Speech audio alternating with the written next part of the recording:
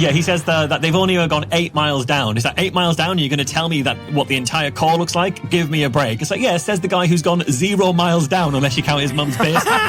And he's trying to explain how tubes deliver magma from the furnaces. He lists like 26 different ways scientists can determine what the Earth's interior is like, and then he summarizes it with these words, quote, "In short, they have no clue." What? Yeah. Yep. If you haven't personally Jules Verned it. Yeah. God-awful movie.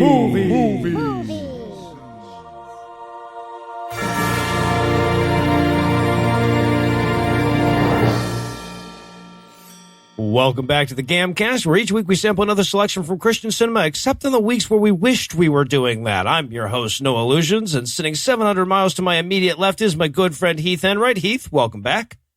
Thanks, Noah. I'm actually about 24,000 miles to your right, if you want to be. You're right. No, Yeah, I'm sorry. You have to go through Dubai. It's a rule. And sitting some undetermined number of miles to my northeast is my bad friend Eli Bosnick. Eli, how are you this fine afternoon, sir? My eyes are open. So here's we're going to talk about it. I love this movie because it's my kind of stupid. It's me. Like, this is the thing that would have fooled me. Okay, 4 days ago. 4 days ago, this movie, I would have just been like, absolutely. There's no question. Oh, that's depressing. My mind has changed. But before we can tell you how easily duped Eli is, we have one more guest to introduce. Joining us from Schrodinger's Europe is skeptical activist, freelance journalist, author, blogger, co-founder of the Merseyside Skeptics, project director of the Good Thinking Society, host of Be Reasonable. Jesus, we're never going to get to your name, bro. Co-host of the Skeptics with a K podcast, Skeptic of the Year alum, and friend to all the woodland creatures, Michael Marshall. Marsh, welcome back, man. Woo! Thanks so much for having me, guys. Always a pleasure to be here, and always a pleasure to be watching something genuinely fantastic. And you've delivered this time as well. All right, so enough tease in here. Tell us, Heath, what did we deliver? All right. We watched Flat Earth Clues, segments 1 through 7. It's the story of how the Earth is not an oblate spheroid like we all thought. It's actually a very large room service plate with a metal steamer dome over the top, made of invisible vibranium, and being held up by an intricate series of infinity trusses. I think it's interesting. And Eli, how bad was this movie? Well, if you love cold, hard facts, but you love them warm, soft, and nope, you will love this collection of stock photos and unrelated conclusions. It's so comforting. I've talked before on the show about I used to be a 9/11 truther, and it was, but like, I've never felt more seen or targeted than I have by this movie. Because, hey, spoiler alert, every single flat Earth clue is, this seems pretty hard to understand, right? That's because it's not fucking true. And just 19-year-old Eli's like, what? What is round? That does seem to be the argument remarkably often. So I should say, Marcia, it's no coincidence that we brought you on to talk about a flat Earth movie. You have walked amongst them. So can you give our audience a sense of what you've been doing of late vis-a-vis the flat Earth phenomenon? Yeah, so I've oddly enough seen this flat Earth phenomenon kind of rise out of being a very niche movement. So I started looking into it in sort of 2012, 2013. Like the second episode of Be Reasonable was with the vice president of the Flat Earth Society. And I used to tell people all about the Flat Earth Society as kind of like an addendum to other talks that I'd give. And they were like, there's no way that's a real thing. There's no way people actually believe it. So like 5-6 years later, and it's all over the news, I've kind of watched it kind of grow in that time. So I've interviewed, I think, 5 prominent flat earthers, including the guy who made Flat Earth Clues that we're going to be talking about today. I went to the Flat Earth Convention. You've spoken to this gentleman? I have spoken to this gentleman. Yeah, I got a lot of this firsthand. Well, I've had a lot of it firsthand from him, and I've had a lot of it second, third, and fourth hand from a million other people I've subsequently spoken to. Like, I give flat Earth talks about the flat Earth movement around the UK at the moment, and recently flat earthers have started turning up to my talks to debate with me and to talk to me. One of them had a Q&A, had a question in my Q&A when I last gave a talk, and that question was simply, how long have you been a master mason? Because apparently I must be a leading Freemason. When did you stop beating up the flat Earth? 33. Amazing. Yeah, I had the joy at a talk recently of, in my talk, I talk about prominent flat earthers. I walked into the room. There was one audience member who got there half an hour early. That audience member was slides 28 to 31 of my talk. It was a guy called Dave Murphy, and he turned up. Now, okay, so I want to make sure I have this right. You talked to Mark Sargent on Be Reasonable? Yes, I did, yeah. January 2017, I think it might have been. Okay, so I'll be able to link that in the show notes if anybody wants to actually hear Marsh in the belly of the beast, so to speak. We'll actually have that linked. Awesome. Okay, and so I should also say... standing on top of the flat belly of the beast. Let's not get crazy here.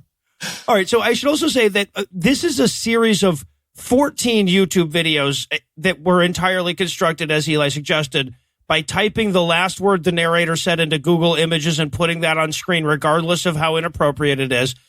And about, 5-6 videos in, it started to seem like a really good idea to break this into a two-parter and not have to watch all of this in one go. So we're actually just going to be tackling videos 1 through 7 today, because there's so much information, you see. Plus the preface and the intro. Yeah, right. Well, right. It's 9 videos, technically. Yeah, exactly. All right, but before we get to those, is there anything you guys want to nominate this one for being the best at being the worst at? Yeah, I'm going to go with best worst narrator. Just a quick tip. A guy who cannot pronounce picture and nuclear is not the best narrator for a flat Earth movie. Motion picture, sorry. Yeah. This guy spends 2 hours talking about pictures of Earth from space and nuclear weapons. Nuclear ends up having 9 syllables by the end of the movie. It's absurd. I see. Now, when I saw that in your notes, I assumed you meant the way he would periodically lick or thump his microphone. I enjoyed the licking. I'm into the ASMR thing. The thumping was not classy. But yeah, he's worst narrator. And can I add one more, actually? Best worst visual aids? Because this is part of the narrator thing. Because constantly he's like, so you guys know England? And France? Sorry, super abstract. Here's a flag. And you guys know Turkey, the bird? I mean, we'll get to it, but it's the wrong fucking flag. It's the wrong fucking flag. It's not even the English flag. It's the British flag. It's a different flag. He went for a visual aid on that and missed. Yep. Not as bad as he did when he said New Zealand. Yes. No. That might have been worse. So I'm going to go best worst impact on this, because as we go through, you'll see that I don't think there's an awful lot of coherence or content or persuasiveness to much of what he's saying. But this is, I'd say, of the 2 biggest and most influential things to have happened in flat Earth in the last 150 years, something like that. This, Eric Dubé's 200 Proofs the World is Not a Spinning Globe, the vast majority of people who believe the world is flat believe it because of this series of videos. It's had a huge impact. So bear that in mind when we then go through the strength of evidence and strength of case presented, that this has convinced a lot of people. Wow. That amazes me because, honestly, as we were watching it, I was thinking to myself, "Come on, there's got to be better stuff. We're picking on the worst of this, aren't we?" And then I started looking around, and this is it. Mm-hmm. The movie maker was thinking that throughout the movie. It's like, well, that was dumb what I said just now, right? Okay, sorry. Moving on. An awful lot. It's the Chris Farley Show, the documentary. Stupid. Well, and I was going to go with best worst informational durability, right? There are so many things in the first 7 videos of this where you have to go well, sure, in 2017, Right? Like there's so much shit that was only good for the 6 months after he made the movie where you're like, but now did you stop believing in it now because they made a movie about Neil Armstrong? No? Okay. All right. Moving on. Yeah, which brought to mind, and we'll get to it there are so many moments here where I Googled it and I was like, that happened after this movie, where I was like, someone at NASA is fucking with Mark Sargent. Someone was like, come on, man. Get in the suit and get in the vacuum chamber. I gotta do a thing. I just gotta. Come on. All right. Well, I need to cash my Illuminati check quick before the banks close, so we're going to need a quick break, but when we come back, we'll dig into all the easily verifiable falsities that are Flat Earth clues. Hey there, Heath. What can you tell me verbatim about Robinhood? Well, Noah, Robinhood is an investing app that lets you buy and sell stocks, ETFs, options, and cryptos, all commission-free. While other brokerages charge up to $10 for every trade, Robinhood doesn't charge any commission fees, so you can trade stocks and keep all your profits. Well, plus, there's no account minimum deposit needed to get started, so you can start investing at any level. The simple, intuitive design of Robinhood makes investing easy for newcomers and experts alike. View easy-to-understand charts and market data and place a trade in just 4 taps on your smartphone. You can also view stock collections, such as 100 most popular. With Robinhood, you can learn how to invest in the market as you build your portfolio. Discover new stocks, track your favorite companies, and get custom notifications for price movements so you never miss the moment to invest. And Robinhood is giving listeners of God Awful Movies a free stock like Apple, Ford, or Sprint to help you build your portfolio. Sign up at awful.robinhood.com. Robinhood. Step back, drop it, make it clap. Tyler, get in here. Yes, Mr. President. There's a ghost in here. Hi, Tyler. Hi, Marsh. For the last time, Mr. President, he's not a ghost. Then why does he talk all old-timey? Again, sir, he has a British accent. It's not from... He's here to talk to you about Flat Earth. Flat Earth. Yeah, I mean, actually, well, look, there are thousands of people who currently believe that the Earth is flat. You see, I'm an educator. From the past. Well, from Newcastle, so yeah, sort of, yeah. He's here to help us start that education program, sir. Okay. Education, smeducation. So, who are these flat earth wackos anyways? Well, there's online conspiracy theorists, the highly religious, the mentally ill. There's a whole bunch of them who have... So you mean my base? Well, I mean... Yeah, nice try, Marvin the Martian. Sarah! Yes, sir. Yes. Get this clown out of here. No, Mr. President, you don't understand. You have to listen. Holy shit, it's a ghost. Right? Damn it. I'll need some molasses. Stat. Unrelated. Yeah, I was going to say, want to know so bad what she does with the molasses. You'll find out. And we're back for the breakdown. And just because Eli didn't think he was asking enough of us already, we're going to start off with a preface video that kind of lubes us up for what's about to come. Now, I honestly believe in retrospect that this is just here to make like the narrator we're going to have to suffer through for the rest of the movie seem okay compared to something, right? The lady who recorded this, it sounds like they found a board filter on Audacity or something to put her voice through. And look, there's no better way to preface your film than I'm a joke to Barack Obama. Oh, it's the best. It's Barack just being like, yeah, we don't have time for a flat earth panel. That's dumb. I'm not doing that. So good. Obviously, we're too busy with the our gay and trans people panel that we have. Yeah. And the is carbon dioxide a Ponzi scheme panel that we also have. One of those. Fuck. Too. I think the other thing we get here is we get introduced to what will be a mainstay of the entire presentation, which is just a cavalcade of memes. It's just constant flat earth memes. And yeah, oh God, I fucking hate memes. I find them so irritating. So we've got a lot of that to sit through. Yeah, no, brought to us by Lazily Google Imaging. So this woman has come on to say, like, I first heard about the flat earth conspiracy thing on Coast to Coast radio. So you know it's legit. That's a good sign for true things. I was listening to a conspiracy radio show, you know, as an unbiased viewer, and I was like, the earth is flat. How could radio go coast to coast if it was curvy? That's dumb. Wouldn't even make Fly sense. right off. And I love how she wraps it up at the end here. We hope you'll take the material in the spirit in which it has been written. And I was like, okay, so you want us to be fucking liars? I'm confused. What do you... She also said the material, it's not made to convince us, which, I mean, that's a good job, really, because it's not convincing. Yeah, right. Anywhere near Glad convincing you us. didn't get your hopes high. Oh, but she's going to introduce us to Mark Sargent. She's like his opening act, I guess. She's here to warm up the audience and tell us what a great guy Mark Sargent is and how good he is at convincing people that the earth is flat. So she does that, but she does explain that her video is a preface to it, but she doesn't say preface. She pronounces it preface. And that threw me, because I thought, like, if I'm a conspiracy theorist watching that, I'm thinking preface. What does she mean by preface? Before the face? Under the face? Is there like a lizard face under Mark Sargent's face? Is this what she's trying to tell us? Well, and then also, apparently to bolster her argument, she points out that even people who believe dumb conspiracies usually laugh at flat earthers. Right? Like, that's her whole point. Yeah. Like, even the people that believe in the nonsense still laugh at us. Why would you tell me that? I know. End of point. Yeah, right.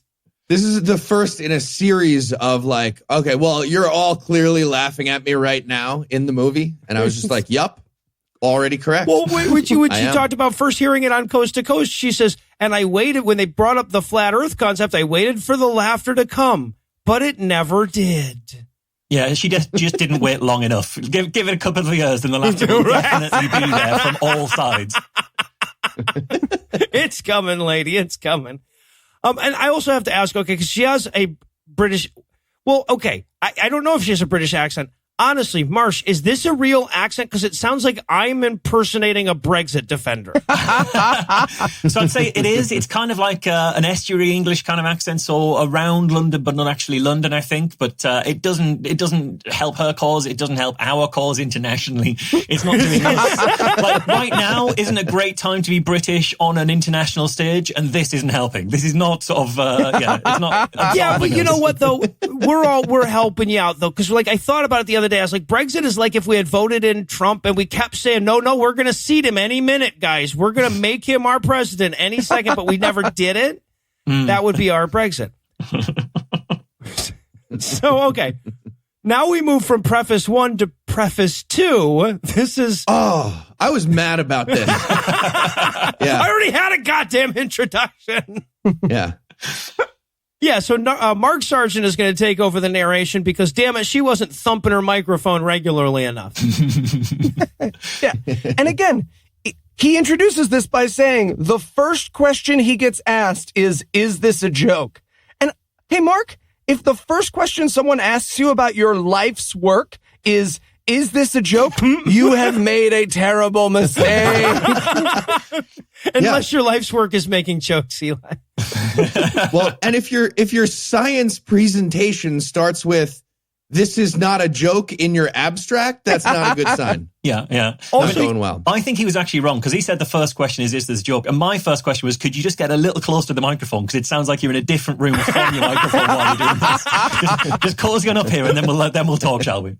Well, I wasn't asking if it was a joke, but my first question is, are you fucking kidding me? And the reason I said that is because he starts it off by going, this is the Reader's Digest version of what I have to say. And I'm like, it's 2 hours long. He's like, oh, I have more bullshit than this, guys. This is just a sampling of the bullshit that I have. That'll be enough, man. Yeah, I don't mind admitting that YouTube's ability to show videos at 1.75 speed came in very handy throughout this entire watch.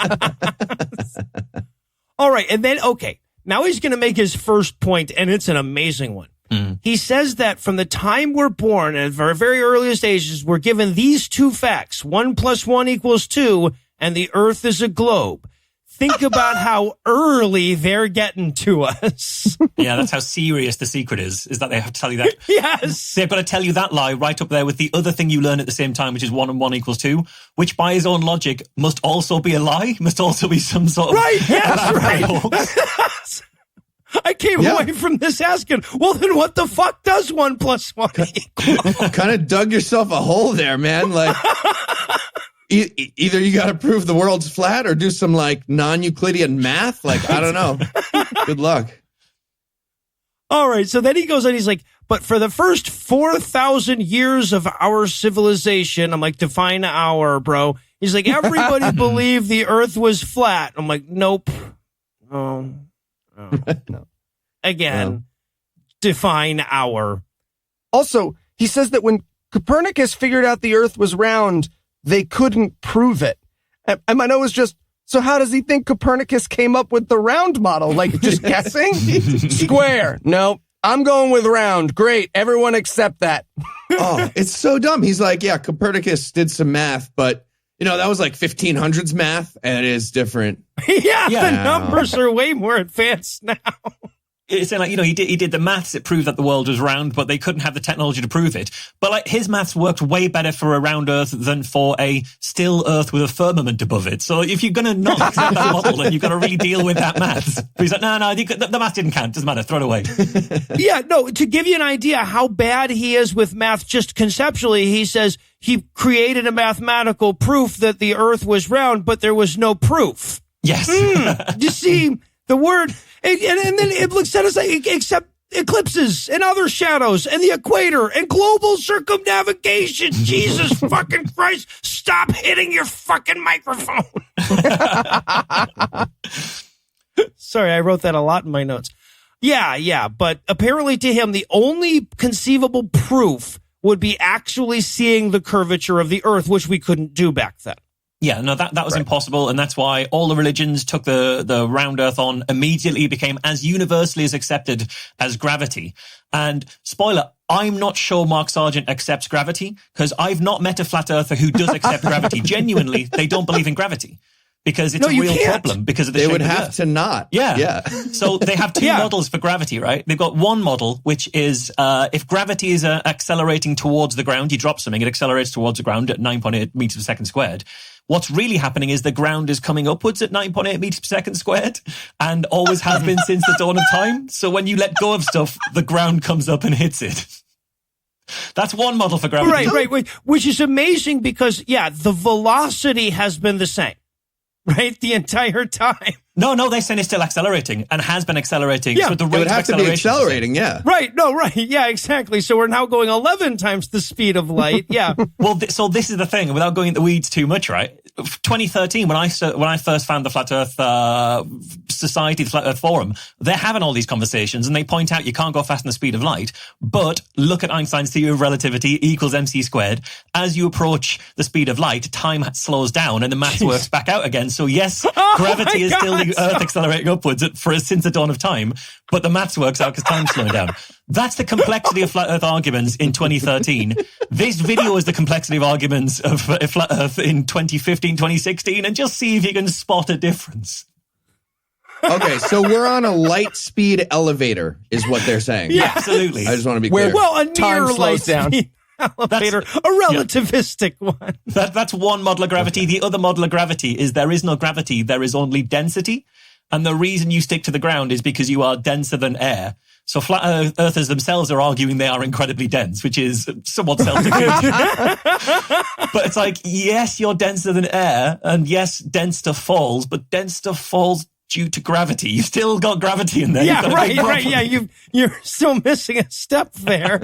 Amazing. All right. So but then like after just accepting all of this bullshit about the round Earth, eventually it came time to nuke the sky with nuclear bombs. And apparently this is when we found the dome over the Earth. Right. I'm 4 seconds into my movie. What's the best way to make myself likable? I should play down the bombings of Hiroshima. I think that's probably the best way.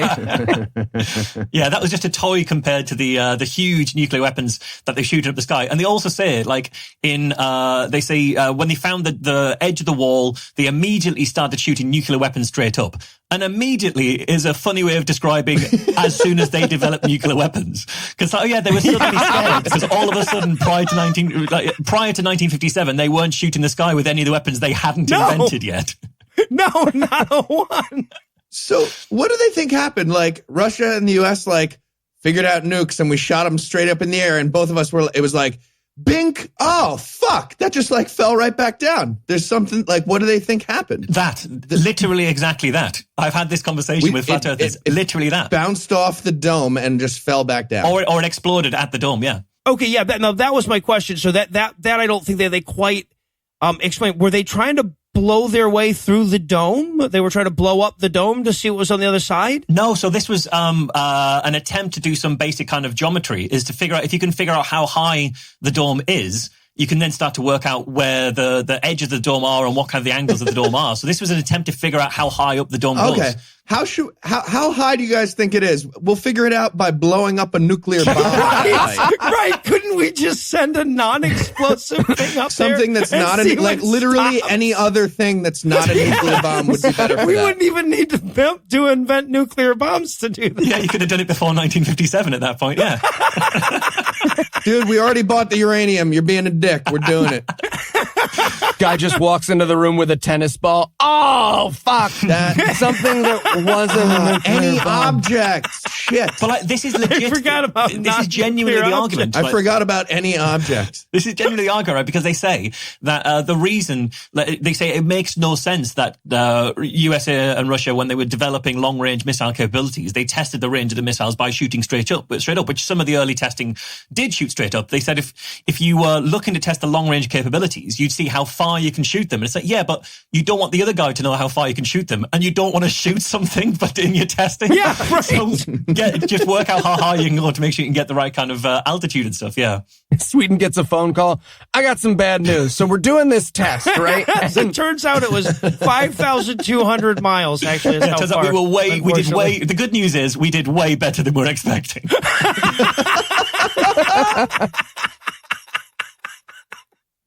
We went and did a silly thing. All right. So yeah. And then we talk about Antarctica, which is apparently where the wall is. Now, if you haven't seen any of these flat Earth videos, here's the Earth you have to imagine. Imagine the UN flag thing, right, with the Earth looking at it from the North Pole, and then there's just a giant Westerosian ice wall all the way around the Earth. And we're being fooled into thinking that that's one little continent, but it's actually a ring of ice surrounding the planet. Yeah, another name for flat earthers is South Pole deniers. Okay, yeah, there you go. Awesome. But yeah, so apparently it was after we started bombing the dome that we figured out where that was. And he points out, he's like, hey, right then, everybody just suddenly agreed that nobody would colonize Antarctica just because it's 50 degrees below zero, regardless of which scale you use at that point. Doesn't even matter. Right? He's like, why aren't the oil companies drilling Antarctica? And I'm just like, fuck, man, shut up. Don't give them. Oh, flat earther oil company? I'm not saying I'm rooting for it. I am rooting for it, though. So flat earth oil companies have got to be pretty confused because most flat earthers, many of them don't believe in dinosaurs. So I don't know what they think the oil would have been. God trying to trick us into thinking they were dinosaurs. The gas for the volcano machine. Oh, yeah, it's the fuel for the furnaces. Yeah. Fossilized lava guy. Yeah, that's what happened. Now, okay, I feel like this is an exact quote. At some point in this screed, he says, perhaps an interdimensional being told the tale of what the Earth looked like as sort of an example along the way. And I'm going to be honest, I was not factoring that into my Earth geometry calculus at all. So at least he has that going for him. What we see, by the way, during this on screen, I just give you an idea how unrelated everything is to what's being said. At this point, we're seeing a picture of Liam Neeson with a sword. Yes. Yeah, we see Liam Neeson for about 2 minutes of this movie. It was like an hour and 20 minutes total. Liam Neeson he's on the screen a lot. Strongly He's featured. Strongly featured. Yeah, he's explaining. He's like, kings and popes couldn't even find the edge with their giant fleets. It's like they were sailing in a circle or something. Hold on. What? Speaking of which, Liam Neeson. Pooh and Piglet just couldn't find that Hufflehump. Yeah. Liam Neeson does have more screen time in this film than one of the Star Wars prequels. He's doing pretty well out of this film. So there's another line where he says, what you were saying, Noah, he says, we could theorize that kings or popes were told of the real world a long time ago, maybe in an ancient scroll or book. It's like, I wonder which ancient book he might mean there, and we are going to find out. And we're going to find out that we are watching a Christian film after all. Yeah. He also makes the point that human males specifically are corrupted by power. And that's true. And then he shows us the Hobbit, Frodo Baggins. Human males, like the Hobbit. You know human males? Sorry, you'll need a visual aid. Here's the Hobbit. But the way, I don't know why he says human there. Does he need to say human? Is he in case we're confused that males of other non-human species out there are not corruptible by power? He will get to alien soon, I'm pretty sure, right? I'm sorry. Have you ever tried to bribe a dog? Does not work. They got no price. Bullshit. Okay. And then NASA got in on the lie, right? Mm-hmm. He, again, talking about the informational durability, he's like, you will never see a private spacecraft launched in the world ever. And Elon Musk is an elaborate puppet. What I'm saying is there's one guy who works the arms, there's another guy doing the legs. It's a whole thing. You think that's a real accent? Fuck off. He does also say that the moon missions were created in order to justify why they've been shooting so many rockets up at the air to the dome. And he says that a guy who used to work at NASA told him that. And he shows a picture of his source, and the guy has a big sign behind saying "Juste pour rire," just for laughs behind him. It's like, if you're going to quote a source, just pick one where he isn't in front of a sign saying "just for laughs," because it might undermine his credibility, even if you do know it's a comedy festival still. That's your source doing his tight five at the Montreal Comedy Festival, man. What are you doing? Yeah. All right. But now he's going to present to us 3 questions that the round earthers just can't answer. The first, and none of them are questions. The first is pointing out that there are no exterior space shots where the camera pans a full 180 degrees. Now, that's not a full pan. Anyway. He says that he means 360 degrees when he says this. Okay. Because it does, nothing else he says afterwards would make sense if he was talking about 180 degrees. So he missed half of his degrees. But he means that there's no 360 degree shot because he's saying it's all in a sound studio, right? So eventually you'd hit the fourth wall. Just Googling that sentence leads me to multiple 360 degree spacewalk videos. It's almost impossible not to disprove this claim. It's Google jumps ahead of you so fast. You're like 360 and it's like degree shot of space. Is that what you fucking right? Are you a fucking flat earther? Here. Yeah. And well, the movie also proves itself wrong right after this. He's like, yeah, so I actually checked on this myself on Google, and 95% of the photos of around Earth are completely fake. Yeah. And I was like, okay, did you hear yourself say that? Just first of all, nope. But regardless, how many percents do you think there are? More importantly, how many fake photos of ourselves would we have to create before Mark Sargent didn't believe we were real? Yeah. Well, okay, but so that was actually number 2 on his list. It wasn't that they were fake. He seems to think that these are interchangeable terms, but he says 95% of the shots that you see of Earth are composites. Well, what the fuck do you think they're composites of, man? Yeah. So, yeah, don't have a lot of Earth-sized apertures out there. So, unfortunately, but yeah. So I think the 95% line, that might have been either the first or the second real laugh out loud moment for me. Yeah. My favorite bit, I think, was just before that.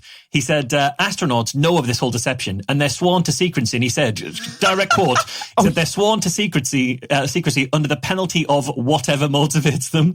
And I literally laughed out loud, and that's the penalty. It's like, they're sworn to secrecy their personal under the pain greatest fear. Whatever, of something, of thing, of X, fill in blank. Yeah, right.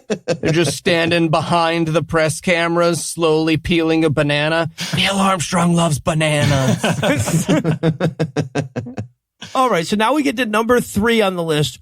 The commercial airline routes through the southern hemisphere are all wrong. Why isn't it convenient to fly directly from Sydney to Peru? Someone explain this to me. It's probably that the Earth is flat. Yeah, Mark fundamentally doesn't understand commercial viability. That's a major issue for him. He's got a risk board out. He's like, what the fuck? Look, there's a line. You can go from Africa to South America real easy. I don't understand. You just follow this here line. I mean, he gets into flight stuff a lot more, but even at this point, notice he's talking about flying to New Zealand, flying to Auckland, and he does that very specifically because he said you can't fly from like Johannesburg to Auckland without doing various different stops. No, but you can fly from Johannesburg to Perth, Australia, which isn't that far from Auckland, and you can do that in one stop. Yeah, exactly. Exactly. He's like, you can't get any direct flights from anywhere in South America to anywhere. 95% of the flights in South America have layovers. Yeah. Yeah, and is this where we get not just his non-Euclidean geometry, but his non-Euclidean math again? He says, in a flat world, going from Australia to South America is the greatest distance between 2 points. He confused himself 4 times in that one sentence. He got so confused. The greatest distance, that's infinity. Like, I mean, if you can choose any path, there's one that never gets there, you idiot. Like, in both 2 and 3 dimensions, that's infinity. I'm pretty sure. Spiraling in. Oh, almost there. I'm spiraling back out again. See, Mark, this is longer. So I couldn't believe he said that. I laughed a lot. I was like, I rewound. I was like, did he literally say it's the greatest distance between 2 points? He did. I'm not crazy. Okay. Yeah, and then he points out that even David Icke believers think that he's stupid. Again, I don't know what point you're trying to make here, but he's like, even the people who think that lizards control the world think we're a bunch of fucking idiots. Yeah, he's Why am I not telling helping you himself this? at all with that. But the thing is, well, I 100% have met people who believe that lizards are ruling the world and that the Earth is flat. So he's wrong. There is a definite overlap in that Venn diagram, and Yes. I've had conversations with them. They've turned up at my talks. And then he gives out his goddamn phone number, right? Like, I was in the middle of writing a joke about his @Comcast email address, and then he just starts tossing out his goddamn phone number. It's like, come on, somebody call me. I'm fun. My note for all of that at this point was, I bet he regrets that decision now. If he didn't before this episode went out, he will do after this episode goes out, I suspect. You guys be nice. Listeners, be nice. I feel like we need to call him up and point out that he's behind on his taxes and needs to immediately send us some money. All right, now we move past the preface to the preface and the preface, and we move past the preface and the preface, and we finally get, and we are 5 pages into my notes, and we finally get part 1, which is titled The Empty Theater. Okay, so this is the first point he felt like, of all the points he was going to make, this was the one he put up front. This is his best shit. Yeah. All right. So if you're watching this, you already know that the moon landing was fake. Let's take that as a given. Yeah. And then he goes, all right, NASA's obviously bullshit, so let's talk about space movies. And I'm like, sure, man, that beats the fuck out of what you were talking about just now.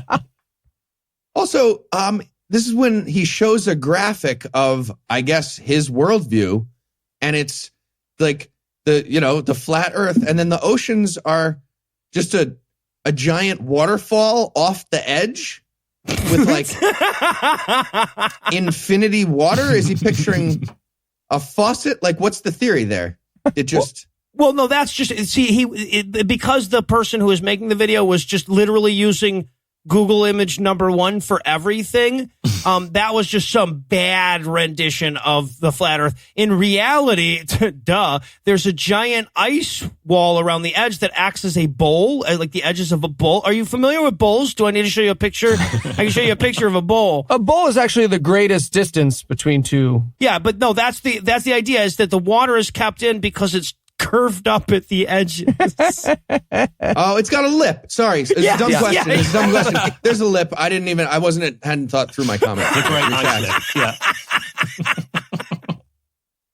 Let's talk about I'm a flat space earther movies. now. Damn it. You guys are going to need to talk me out of this shit now. All right, well, we will. So he starts bringing up a whole bunch of different. First he starts talking about the moon landing being fake. At this point, he recommends the documentary Room 237 if you really want to know about Stanley Kubrick faking the moon landing. Now, if you're not familiar with that documentary, that is a documentary about how you can make the works of Stanley Kubrick mean whatever the fuck you want them to mean. Yeah. Right? That's the point of that documentary. Yeah, I interviewed a guy who believes the Kubrick thing and has made his own documentaries about it as the last be reasonable. So if you do want to hear more on that theory from a guy who, by the end of the interview, hung up on me, you should check out the latest series. Those are the best Be Reasonable episodes. Phenomenal. I mean, look, Leo the Lion will always have a special place in my heart, but there is a pretty fantastic moment where Marsh is just like, right, but what if you're wrong? And he's like, 1 second, click. There you go. That's what I have for you. And your very polite question. Yeah, I think he forgot when I told him I was a skeptic in the email. And so he talked for a while and was like, oh, hang on. Are you actually asking me a question here? Oh, I don't like this one bit. Yeah, right. This fucks it all up. All right. So now we're categorizing space movies. We have two broad categories we're using: fantasy-based space movies and near-future space movies. Yeah. Not sure why we're breaking them down into those categories, but those are the ones he gives us. But, he says, there is a third and much harder to find category, which is stuff about movies about the moon landing.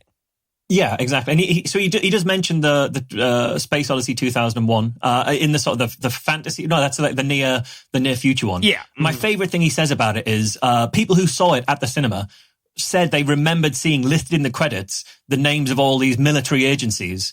But those were removed from the credits later. And I love that because the idea is that they were smart enough to pull off the entire Hawks, to get the military involved, to fake the entire thing, but dumb enough not to put the military's names in the credits. The credits by accident. We should not have left an intern to work out the credits. This was a dumb move. Grand Dragon of the Illuminati was... Oh, wait. Damn it. William Barr comes out and reads the credits with redacted moments. Yeah, but basically the point that he's okay, this is a weird one. The point he's trying to make is that they don't make movies about the moon landing that are based in reality, not because that wouldn't make for an interesting movie, but because if we see it in a movie and it looks too realistic, it'll be obvious that they faked it back then. Yes. Yep. I was sure one of you guys was going to correct me just now, but that is the argument he's making? Yeah. It is. Absolutely. That's how we know the human penis and vagina are a hoax. Yep. I mean, it's a superb argument. If they were able to fake it, if able to make something that looks a bit like it should look, then the entire thing is fake. Malcolm X was a hoax because of Denzel Washington. Schindler's List disproves the Holocaust. We can throw out a lot of stuff here. Yeah, exactly. That's why he should have been played by Michael Cera. We would all know that story was true. Well, it's like how when you saw Schindler's List, you stopped believing in the Holocaust. I get it. Well, you are talking to Mark Sargent's viewers, so some people are going to answer yes to that. Yeah, that's true. We cannot assume the Holocaust was real in the minds of many of these viewers. Yeah. All right, but yeah, so the point, though, that he spent 6 minutes setting up was that all space movies are encouraged by the authority. That's his term, the authority, except the ones based on real events. Those are not allowed. That's an exact quote. All space movies are encouraged by the authority, except ones based on real events. Those are not allowed.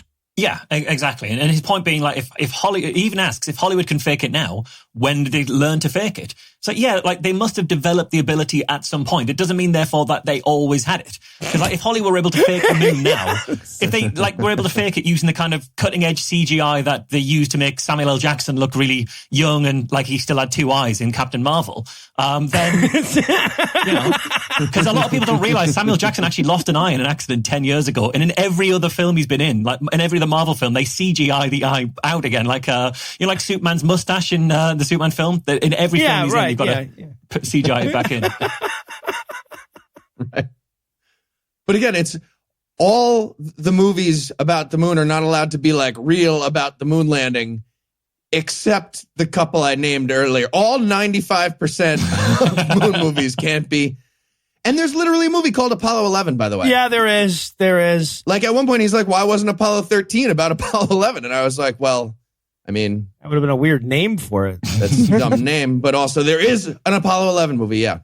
Yeah. Well, he even mentions the right stuff, right? Like, he's like, and why is it that the right stuff stopped before they got to the moon? And I'm like, yeah, also, why wasn't the moon landing even in Titanic? Yeah, so why is a film that's all about training, like all about training to an astronaut, why is it focused on people and not spaceships? Yeah.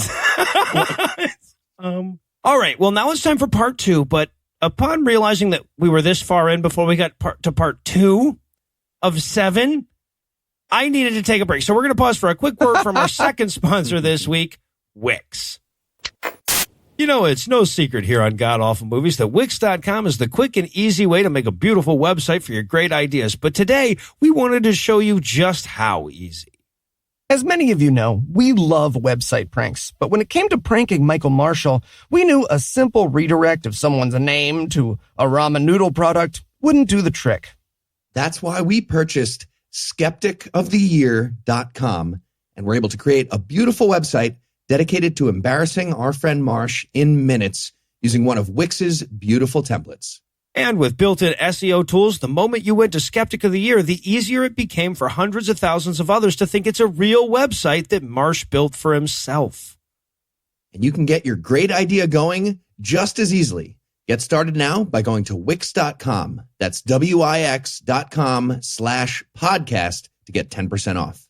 Wix.com/podcast. Your idea might not be website pranks, but it can look this good. You guys are dicks. It's a real website. You should definitely check it out. It's amazing. And we're back. I did. For part 2. Amazing. You are the most skeptical skeptic, though. Okay, so as if we were in need of more convincing after that amazing space movie point that he just made, it's time for part 2. This part is going to tell us the tale of Richard E. Byrd. Now, Richard E. Byrd was, he was a naval officer, he was an explorer, he was an aviator, a navigator, an admiral, he was, in the words of Mark Sargent, Indiana Jones on steroids. And I love he gets into a mini argument with himself. He's like, some people would say Roy Chapman was Indiana Jones, but fuck those people and their posts on indianajonesfans.com/forum, just in case anyone's wondering. Yeah, the best scientists are usually action heroes on steroids. This is Lance Armstrong, and he never lies. Lance, tell me about the shape of the Earth. Like, what are you doing? But like what I love as well, you know, Byrd, he was Indiana Jones on steroids. You know, think of Harrison Ford with testicular atrophy. But what I love about his introduction to Byrd, right? He actually into the way he first introduced. Sorry, Byrd. I'm busy thinking about that for a second. Give me a second. You can't just throw that out and not give us time to think about it. Everybody takes some time to think about Harrison Ford and his testicles slowly shriveling. Now fast, now slow. But like when he does first introduce Byrd, and they're flat. Like the first thing he says about Byrd is like, some of you will have heard of Richard E. Byrd from the Hollow Earth theory. And he said, but we aren't going to cover any of that in this video. It's like, yeah, of course you're not, because it fundamentally requires a non-flat Earth, and therefore is a right. You can't have a hollow flat Earth because there's nothing to be hollow. It's 3D propaganda and it's racist. Yeah. And I've got to say, on the Hollow Earth thing, one of my favorite things that I've ever heard, one of the ways that I heard about the Hollow Earth theory was the Flat Earth Society in the UK used to have a podcast. I think they only did like 2 or 3 episodes. But episode 2 was the Flat Earth Society interviewing a Hollow Earther. And it was an amazing hour, but like they didn't disagree at any point, even though their worldviews are totally remarkably different. There was almost no disagreement. It was lovely. And When you first said that, I was getting all excited because I was like, oh my God, I want to hear a flat earther and a hollow earther argue someday. But no, there wasn't a lot of that disagreement. Mutually exclusively agree. Less filling, tastes great. But like the Hollow Earther that they interviewed was the guy that I interviewed on Be Reasonable, who turned out to be a literal Nazi sympathizer, and they didn't get to that bit. They didn't dig in to get to that bit. Yeah, all right. So Robert Ebert, anyway, he's fucking, if anything creates a picture of trust, it's a hyperbolic comparison to an 80s action hero on steroids. So the key is we all knew that Robert Ebert was trustworthy, and then he went to Antarctica. And then he came back, and then he went to Antarctica again. And then he came back, and he went to Antarctica again. And then he came back and went again, but secretly and with guns and shit this time. I love the way he describes this back and forth. Because he said, like, yeah, he spent time in Antarctica. And then during the sort of 30s, like their 30s, 40s, he went to war because he's an admiral. And then something strange happened. He went back to Antarctica. Like, yeah, the thing that was strange that happened was the end of the war. Like, he was in Antarctica, right. He went away to war, and then he stopped being at war when the war ended and went back to doing what he was doing before the war. This is not strange. Yes. This is normal. Just him sitting in someone's office. So you're saying the Antarctica project is called off for this fucking war? Okay, no, it's fine. I was in the middle of stuff. I was counting penguins, but yeah, no, it's fine. I'll go stop the Nazis, I guess. And speaking of the Nazis, he does talk about at the end of the war, Germany surrendered. He shows 2 photographs of Germany surrendering. They both have UFOs in them. That's not mentioned.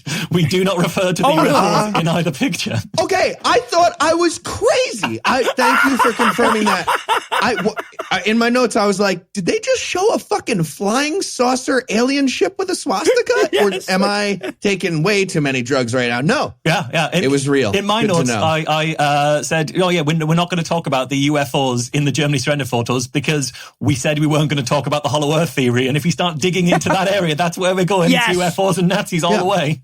Well, plus we all know the aliens were Jewish. Read a book, you idiot. Yeah.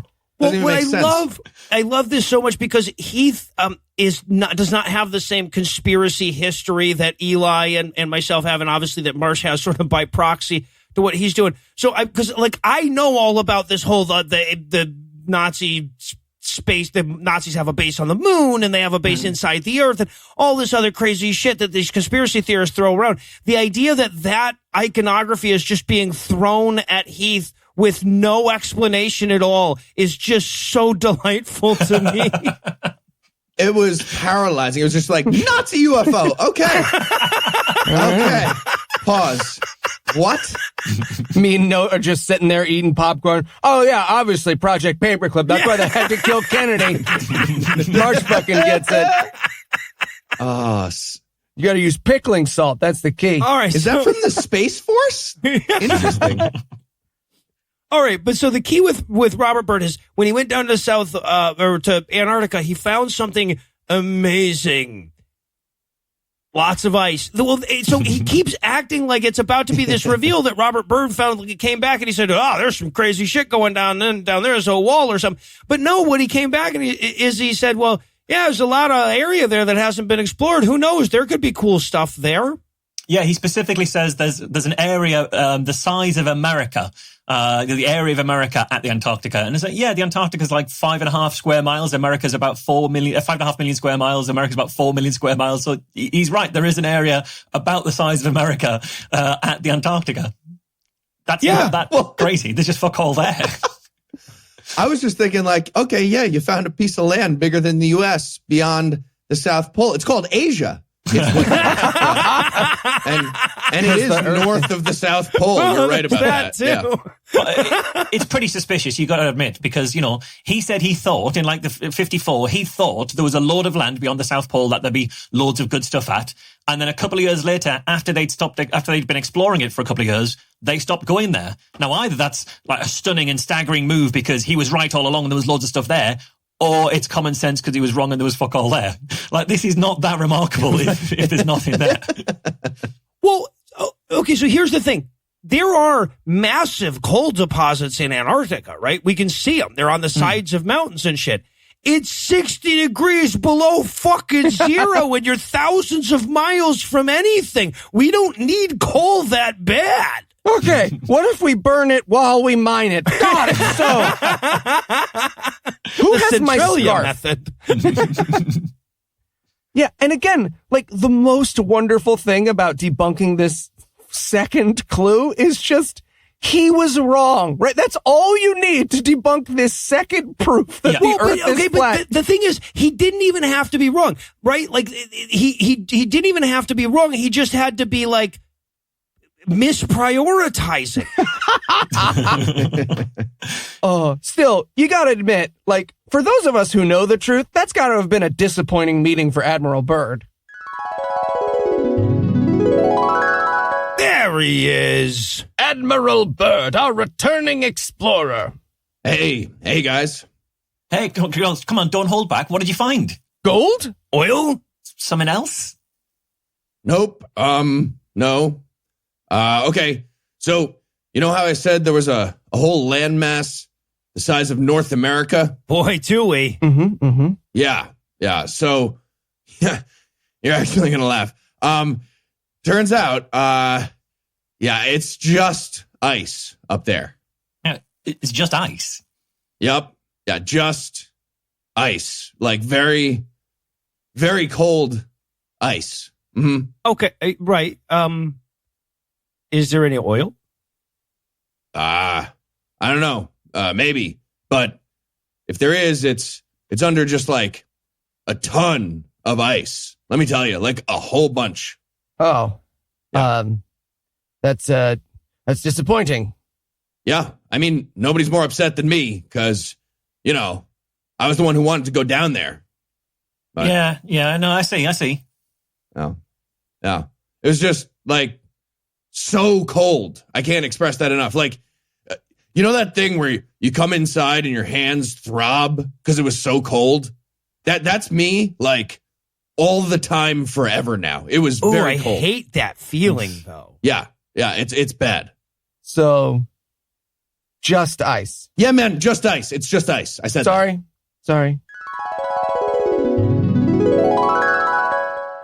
Well, and in case you were curious how that actually worked out, we get the clip. He plays the clip of this interview that he's talking about, right? Yeah, and the thing about this clip, right, the interviewer, what really put me off is the interviewer is blinking so frequently and so quickly that it looked like he was trying to do Morse code. And so I checked. He actually blinked out. If you actually transcribe it, he blinked, "Our cover is blown. He's seen the dome. Permission to execute," straight down the barrel of the lens. You know someone has already checked that. Someone's already been like, long, short. Well, this interview is long and boring, but it is entirely worth it for humans figuring out how early TV works, right? They're bumping mics. Someone comes over with an hour, does that poof flash thing. Keep doing that, Jim. We need about 3 more of them. Get the light out there. And it is worth pointing out, he does keep repeatedly saying Antarctica is the bottom of the world, which makes no sense if you think for a second that he believed that the world was flat and under a dome. It makes no sense. It makes perfect sense if he knew the world was round and was talking about the world being smaller and things because of World War II freaking the fuck out of everyone and thinking, shit, we need to be ready for anything. So, like, he very clearly believed the world was round and says it pretty explicitly in that interview. And also, look, I want to point out that the interviewer, the guy interviewing him, who's so fucking stupid that when referring to 35 years ago, he calls it 65 years ago at the beginning of the interview. That fucking idiot points out when Byrd says, well, there's a ton of coal down there. He's like, right, but but that wouldn't be economically viable. We'd need more coal to get there to get it than we would get from it, right? And he's like, well, yeah, no, that would not make sense. We'd have to find uranium there for it to make any sense. Good for the coal industry. Yeah. Good solid American jobs. Get them back. Yeah. And I don't give a fuck what Mark says. Indiana Jones would fuck this dude up. No question. And by the way, the interviewer also says at this point, he's like, yeah, so I understand the North Pole. I understand why we explored the Arctic. We don't want Russia attacking from above, but why the South? And Admiral Byrd's like, for science, I don't know. Like, I'm not on your side. You guys keep saying things to try to pretend like I'm on yours. I'm not on your. It's just for science. You guys like, boo, nerd. Tell us about the corner angel in the graphic that we just showed. And speaking of which, Marsh, can I ask you about this? Have you dealt with this pic? You know the picture I'm talking about that they show? They show like the flat map, and in the corners of this, it's a circle with Antarctica as the perimeter. Yeah, the A map, yeah. Yeah, and in each corner of that shot is an angel. Is that part of the worldview of the people you've dealt with? The corner angels? Yeah, sort of, but not literally. So the weird thing is fundamentally, and we'll get to it as we go through this, right? Fundamentally beneath pretty much all flat earth belief is fundamentalist Christianity, creationism, and sort of a biblical view, biblical literalism. So they probably think the world is being metaphorically held up by angels, but they also think the world is on pillars because the book of Job says it's on pillars. So yeah, the angels are there for moral support. Why would it need pillars and a metaphor? You don't need pillars and a metaphor to hold something up. The pillars have the rockets that provide the acceleration that needs to happen to make the gravity work. Okay. They're like rockets. All right. So they don't want us to fuck the corner angels is what you're telling me. That's why we're not allowed near the I think edge. It's frowned upon. It's frowned upon. Okay. Well, they're holding up they would get distracted. Yeah. All right. So now it's time for video number 3. This one's titled The Map Makers. The USGS will be the subject of this video. And it's a little depressing opening here. He starts talking about what the U.S. Geological Survey is, and he's like, they have a budget of over $1 billion a year. And as soon as he said that, I'm like, I bet they don't under fucking Trump. And I checked it. No, they don't. It's under 900 million now. Yeah, he introduced them as a scientific branch of the U.S. government, and I was thinking, oh yeah, I forgot you guys used to have those. Yeah, we did. We did once. Put a guy on the moon. What I love is him trying to downplay the USGS by being like, I'm sorry, $1 billion just for making maps? That's 2 guys. You draw a sketch, you check it, and then what? Is printing costs? This is so silly. So he's showing us like a bunch of different Earth map projections, right? All the various projections, all, by the way, superior to the Mercator. And then he says, and look at this one where you look at it from the top down. That looks suspiciously like what we think. He gets so excited about this. He's like, you can draw maps in all different shapes. They have to let you. And you're allowed to look at the maps from the top and above if you want. Look at this. There's a map at I checked, it was like 1 minute 45. There's a map where it's kind of, the shape is sort of like a squashed figure of 8, and it looks exactly like the Earth is sat on a photocopier at the office Christmas party to photocopy its art. It's got that kind of flat bun cheeks thing going on. So I think that's what happened. The Earth did that before getting off with Venus or something and regretting it the morning after. And he does also throw a bit of shade at the USGS again. There's a lovely line where he says, what is this large, really boring government group doing? And he's pointed out they've got 9,000 employees. And I just have the idea in my head of 9,000 employees when he says this large, really boring government group's gone, hey, we're not boring. So just 9,000 downtrodden government employees. Okay, well, casual I guess we're awesome. Guess you can just find a well on your property by yourself then. Look at all the blank space outside the circle on their map. Why are they always using rectangle paper? What are they hiding? The corner angels. Yeah, but okay, so he shows the one map projection. And yes, look, there are a million ways of trying to project a 3-dimensional image on a 2-dimensional space, right? And so they all have there are various disadvantages, and one useful one is the one where that top-down model, right? I don't know the name of it, but that top-down model of the Aerial Earth. Equidistant Map, the AE map. They use it. They refer to this constantly. The AE map is the one that they mostly refer to. Right, yeah, I'm sure. But yeah, and it turns out that that's the map the USGS uses. Now, I want to point out, USGS uses a bunch of different maps. They don't just all have the one map that they have to use. I love the idea that somebody's in Rhode Island or something trying to find an address for the USGS. He's like, fuck, this map is way too big. Damn. Excuse me, Corner Angel, can you point me to the place in Providence that I'm trying to get to? Ma'am? You don't hear me? Okay. So, yeah, but then, okay, so then I guess the argument that he's making is that the USGS uses the same map that flat earthers use. So why do we take them seriously and not flat earthers? Yeah, but I think it's also that the flat Earth must be true because the logo of the Flat Earth Society is the same as the USGS. It's like, yeah, the Flat Earth Society got it from the USGS. It's a shared source. It's not amazing. Well, but the USGS stole it from that dead Islamic guy. So, this is goes on for a really long Al-Baruni, who had a similar map to the A one. They say the powers, they didn't want you to know about this guy who came up with it 1,000 years ago. And so to obscure him from history, NASA named a crater after him, just to really make sure he disappears from the history books. Yeah, right. Like, nobody wants you to know about him. So here's a bunch of statues to him and things like that. Still, you've got to admit that if the UN and the USGS are both using this map, they're doing a terrible job of hiding it. Right?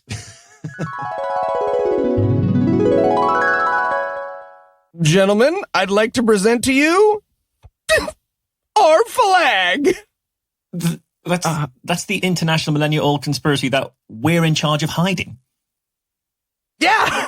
Isn't it great? I'm hiding it in plain sight. Nope. I mean, really just putting it in plain sight, right? We're putting it, if we do that, with a flag. Right. And we'll use the map, too.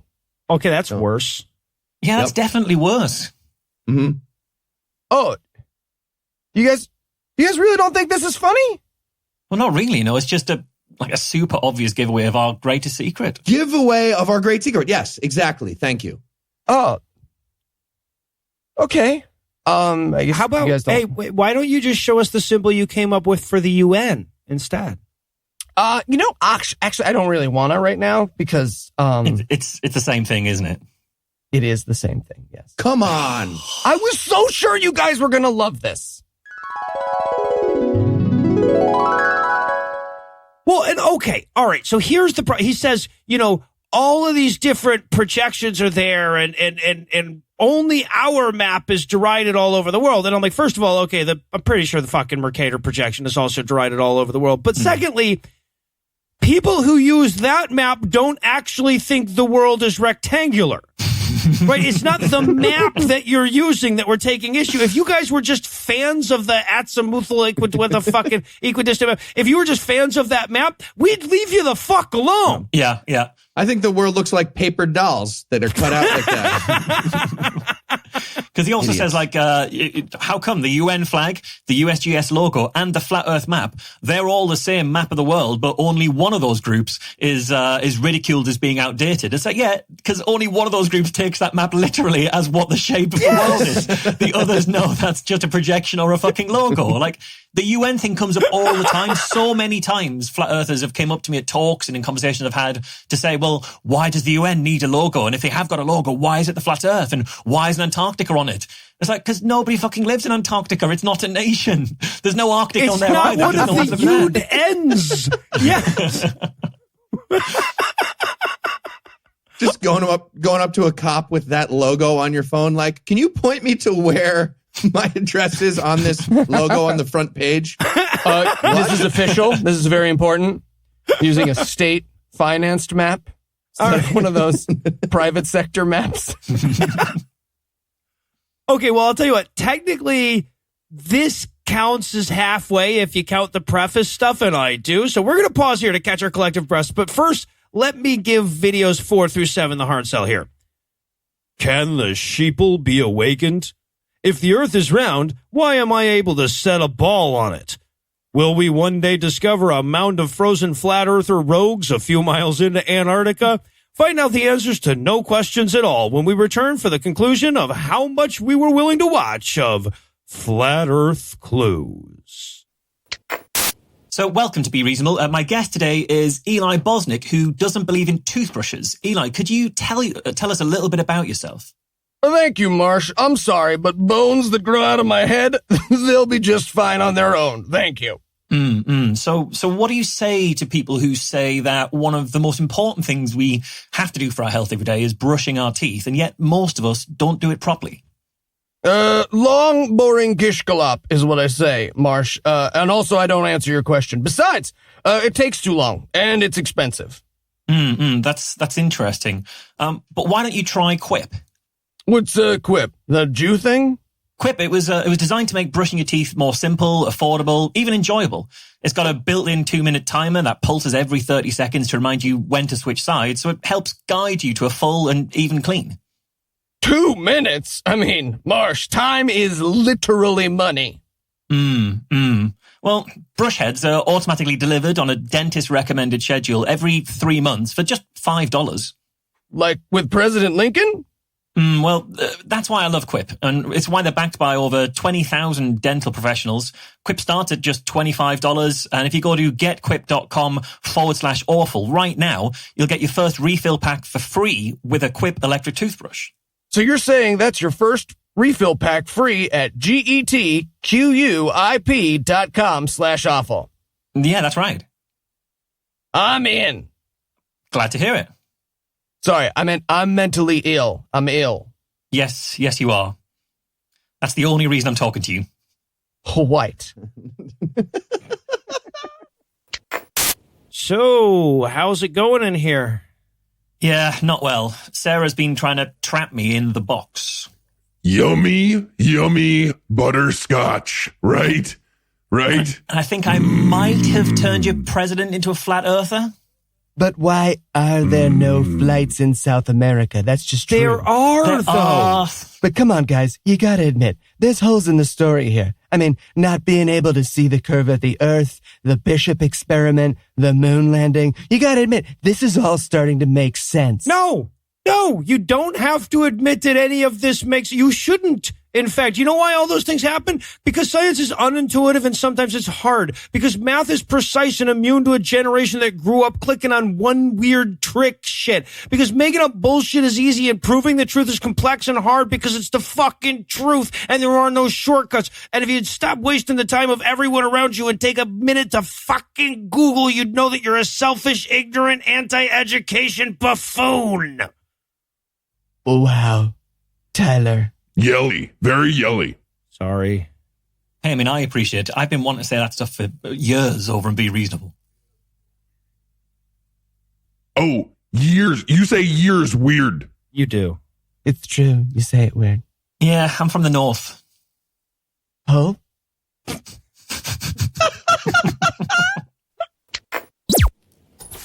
And we're back for more of this shit, starting with part 4, which he titles Shell Beach. And which I've titled, You Know Movies? Well, yeah. But before we get to movies, you know mice. Yeah, because if you don't, he can change that. It doesn't have to be mice. He can think of anything right now. All right. This is a 4-year-old is about to tell us a joke, right? Like that's how this works. He goes, imagine a mouse in a box. You could also use a different animal. It doesn't have to be a mouse. That's fine. We will work with you. It could be a hamster. Could be a snake. Couldn't be a giraffe. How would you find a box large enough? So he spends 15 fucking minutes setting up mouse and box. Yeah, this just made me think he had something to hide about mice. And so when later he's talking about how a mouse always inspects its surroundings and starts probing for an exit, I was like, yeah. Mark Sargent's definitely put a mouse in his ass before. That is definitely what's happened. Well, that would definitely explain why he spent so much time going like, you don't know, I could have just chosen a mouse at random. There's no reason for it. It's mice. People like mice. What the fuck? People like mice. I never met anybody who doesn't like mice. Yeah, famously so. Flat earthers. We are the lab mice of geography. Nope. That's not a good slogan. Shit. Yeah, so he spends 3 minutes setting up. If you put an animal in a cage, usually it'll settle down, depending on the animal.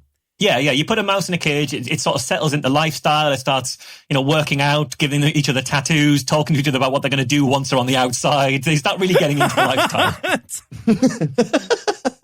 Oh, just a mouse lifting weights.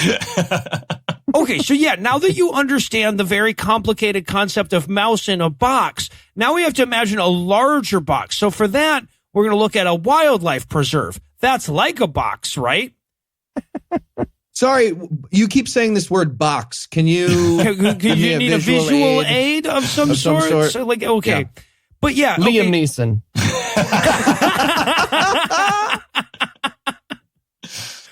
All right. So basically he says, okay, so you put an animal in a cage and it'll fuck around for a little while and then it'll settle down. If you put an animal in a big reserve, it doesn't even know it's in a cage most of the time. Kinda like you, huh? Yeah. Get it? And when I see a fence, I immediately say to myself, how do I start a global conspiracy to hide this beautiful fence from everyone forever? I must conceal this. His projections onto the human psyche here are fascinating. He's like, look, you show a person a fence, they fly into a murderous rage. Nah, man. Some of us just go do something else. Thing is, what he says about the fence as well, he says the fence is, the fence for the humans, he said, well, the fence, it's bigger, it's older, and wiser than they are. It's like, the fence is wiser than them. Like, that's a weird addition to make about this wise fence. Oh, I wanted so badly for a flash cut to him just getting advice from a fence. You guys gotta break up, man. Real couples don't fight this much. I know. You're right, fence. You're always right. Relationships are easy when the person is right. I know. But the point is, though, that it can't just tell us about the giant fence that encloses us in on Earth, or we'd go nuts. And he shows, as a picture of that, he shows Beatlemania. So yeah, big fences would cause Beatlemania. He also says, I've swooned at a fence. No, I'm with you. I'm with you. There's some hot ones. Yeah. I've seen you swoon at stairs, Heath. That's also true, nonetheless. It's not really the point I was trying to make. Speaking of which, you remember the Hunger Games? The world is like the Hunger Games. It's just like that. Yeah. Exactly. That's the point he's making here. And this is where he starts to sneak in a little bit more about what he's really about, because he says the fence, it'd be proof of a higher power. He said maybe not God, but God-like. By which he means God. He means God at this point. And then he shows a picture of Morgan Freeman. Yes, he does. At that point, when he says, but who made the fence? It shows Morgan Freeman from fucking Bruce Almighty.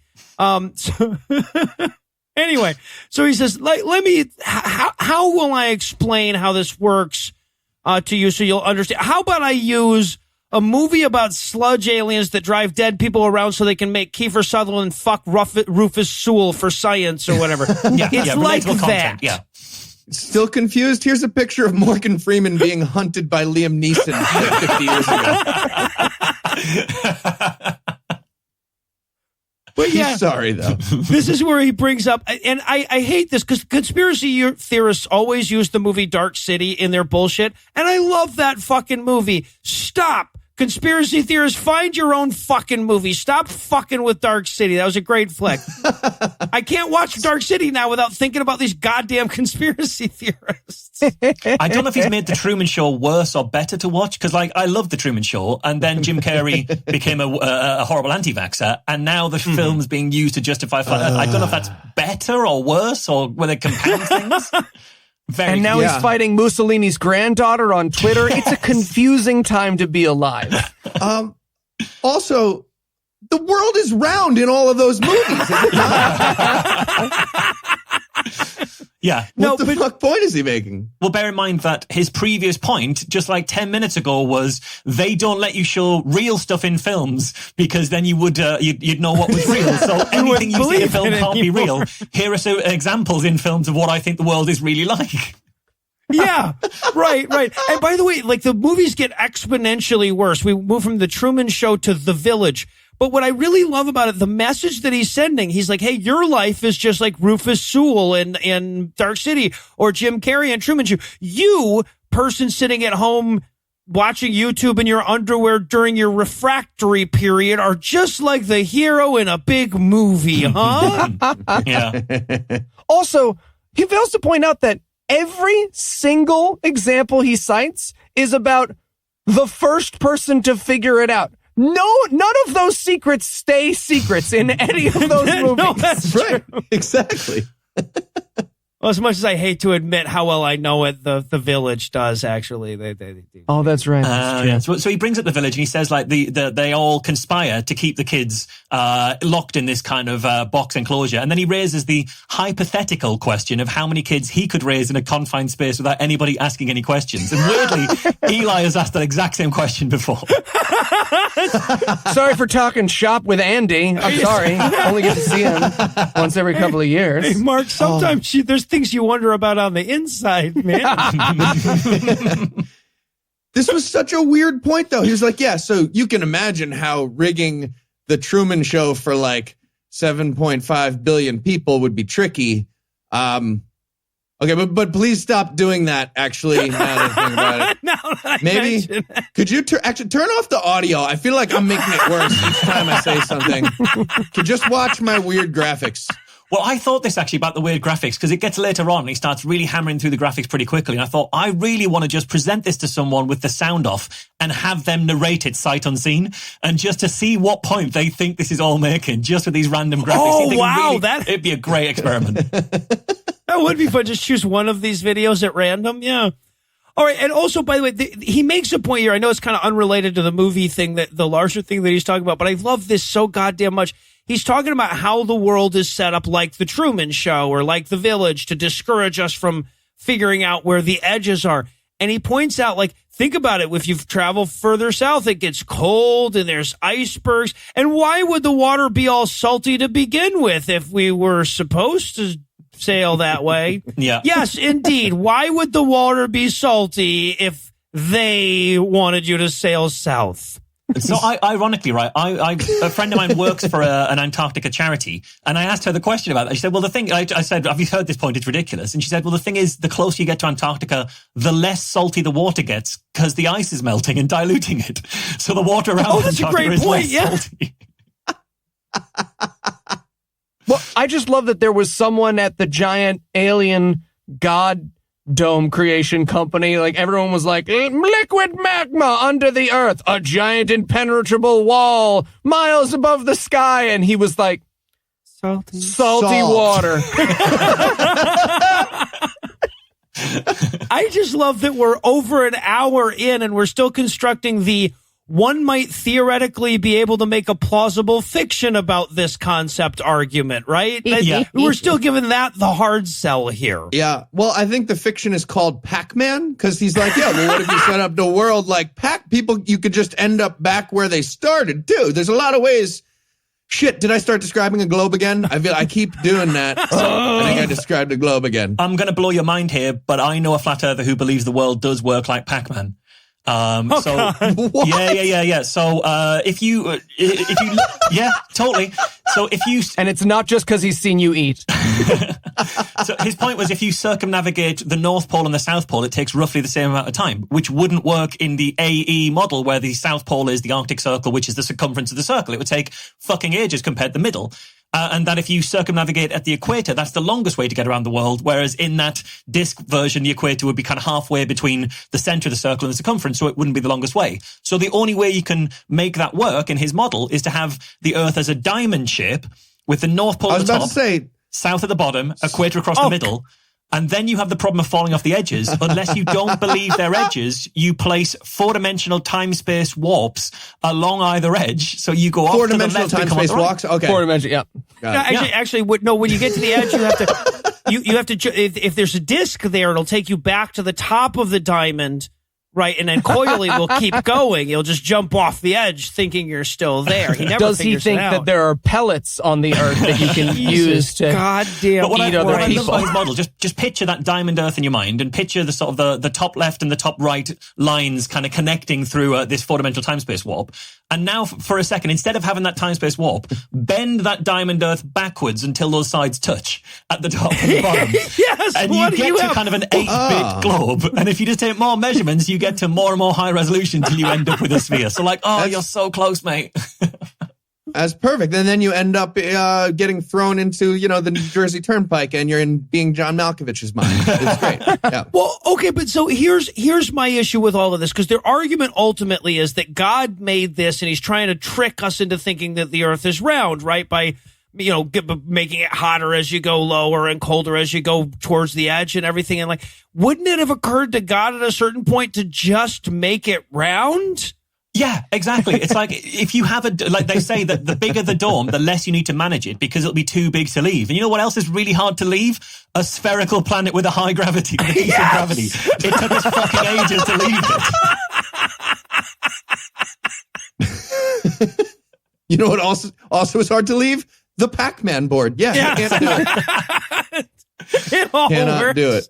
It all works. There's an absolutely lovely moment as well, which just shows you his, not just his worldview, his universe view. He's talking about how the dome on the Earth could look a bit like a stadium roof. And he says, quote, depending on how you want to display things like the sun, moon, and stars. Because he believes the sun, moon, and stars are displays on the dome. They are projections on the dome because we're in a massive planetarium. Makes sense. Yeah. You know how nobody tries to claw their way out of the ceiling at indoor stadiums most of the time? Humans are just like that. Well, except astronauts. But they're liars. Yeah. Well, and according to Mark's logic, humans would see the top of the stadium and be like, kill stadiums. Still, you've got to wonder, right? Because the whole basis for this is like a mouse in a box. What conversation was Mark having that he kept having to redefine that mouse box?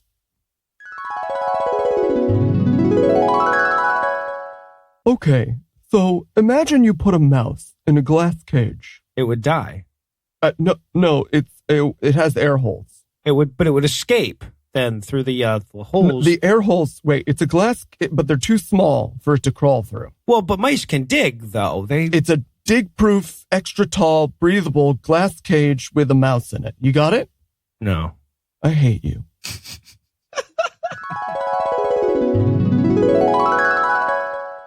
All right, and now we reach part 5. We're getting close. You can smell part 7 from here. Part 5, the status quo. Now we have to start this one we have to start way back in early in a non-specific time that was ago. Come on, this first sentence is impressively wrong. Look, back then there were 5 religions. No. There was never a time when there were only 5 religions. Yeah, he names the 5 as well, so it's Christianity, Judaism, Islam, Hinduism, and Buddhism. So it's like, haha, unlucky Sikhs, go fuck yourself, ancient Greeks. You guys do not count. Hiding what? Nothing. Hiding nothing. Yeah, also, the title of this was intriguing to me. The Status Quo is the name of this section. And I was very excited to find out how a lie about a round Earth is going to, keep the rich in power. There's a bunch of Illuminati hanging out being like, all right, we got 2 ideas. Hands up for murder AOC. Great. Hands up for round Earth conspiracy. Oh, wow. Okay, a lot more for that. Marsh, have you heard theories on how this keeps the rich in power somehow? Is there big globe? What's the end game there? Sort of. So the people who are behind it all, they don't want you asking questions. So they like to keep you divorced from reality. And so, because you don't know, one of the things Mark Sargent has said about this is, if they hide the truth of the dome from you, you never ask the big questions like, who put the dome there? What's beyond the dome? Why is this all here? So you haven't got access to the level of reality to start asking the big questions.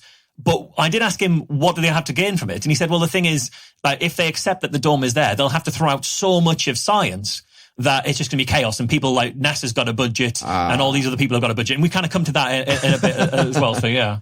Yeah, no, that's actually what this whole video is about. Yeah. Oh, exactly. that's what he's going to try to explain here. Okay. Yeah. Got it. Okay, but the answer is yeah. basically. Yeah, the answer is we know for a fact the dome is there because we can't see it, because that's how, and the fact that we can't see the dome means not only is it there, but it means they're very good at hiding it from us. And if they're that good at hiding it from us, they must be hiding all sorts of other stuff as well. Look, what is the best funded industry in the world? NASA, that's right, exactly. Space exploration and science. We just throw most of our money towards that. Am I right? Therefore, we do. Got to keep the balance going. So, okay, but the key here to start is that there are 5 religions. Shut up. There are 5 of them. Yeah. All of them used to have a flat earth with a firmament dome thing. That is not remotely true. There is no way to get there from here. No, but in fairness to him, he does say, I'm not going to go into any detail on that. Because if he does go into detail, it will fall apart immediately. So.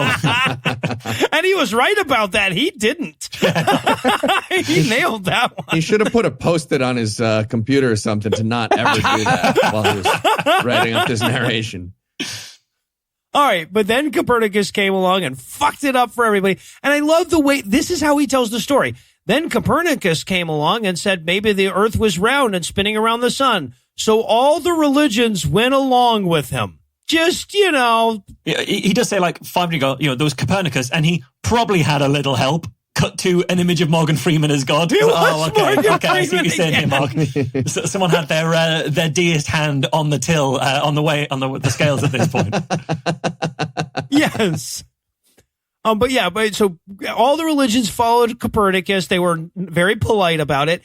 And then Richard Byrd, Harrison Ford with testicular atrophy, came along and fucked it up by seeing that wall from Game of Thrones, apparently.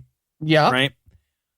And then America and Russia found the top of the dome with their rocket ship. So we're going back to a lot of the stuff that we learned in the intro and shit. But that's when America and Russia found the top of the dome with their rocket ships. So the Russia and the U.S., they were such good buddies back then. They got together and they said, hey, let's hide this wall, because if people found out about it, it would wreak havoc with Twitter's servers. Okay. It's just a tiny moment here, but in this explanation, he says, it's like a blind man describing an elephant. And I just wrote, nope, that's not what that story is. Yeah, that's not that. About the wall. It's like a bunch of blind men describing elephants. Yeah, like all those blind men who stand against a wall and describe what they're feeling, which is exactly the same as each other because it's a fucking wall. It's flat in all directions. Yeah, that doesn't work when you're talking about a uniform object. You know how when you close your eyes and you touch an elephant's penis and you don't know what it is right away? Nobody? What? Why do I always? I'm the only one who's doing a blindfolded elephant penis. All right, that's fine. No, never mind. I don't even explain what I meant by that. We don't blindfold ourselves. Why deny yourself that pleasure? Yeah, right. But Ruins now the game. This is where he presents the parade of horribles that would happen if we told people about the flat earth. So Twitter servers crashing is just the very beginning, guys. NASA would also have to disband because they'd have to admit they were wrong this whole time. And then who would fake our moon landings? Yeah, and right? apparently that's like meant to be a bad thing, but he hates NASA and space programs. So like this is still good news, surely, that NASA's shutting down.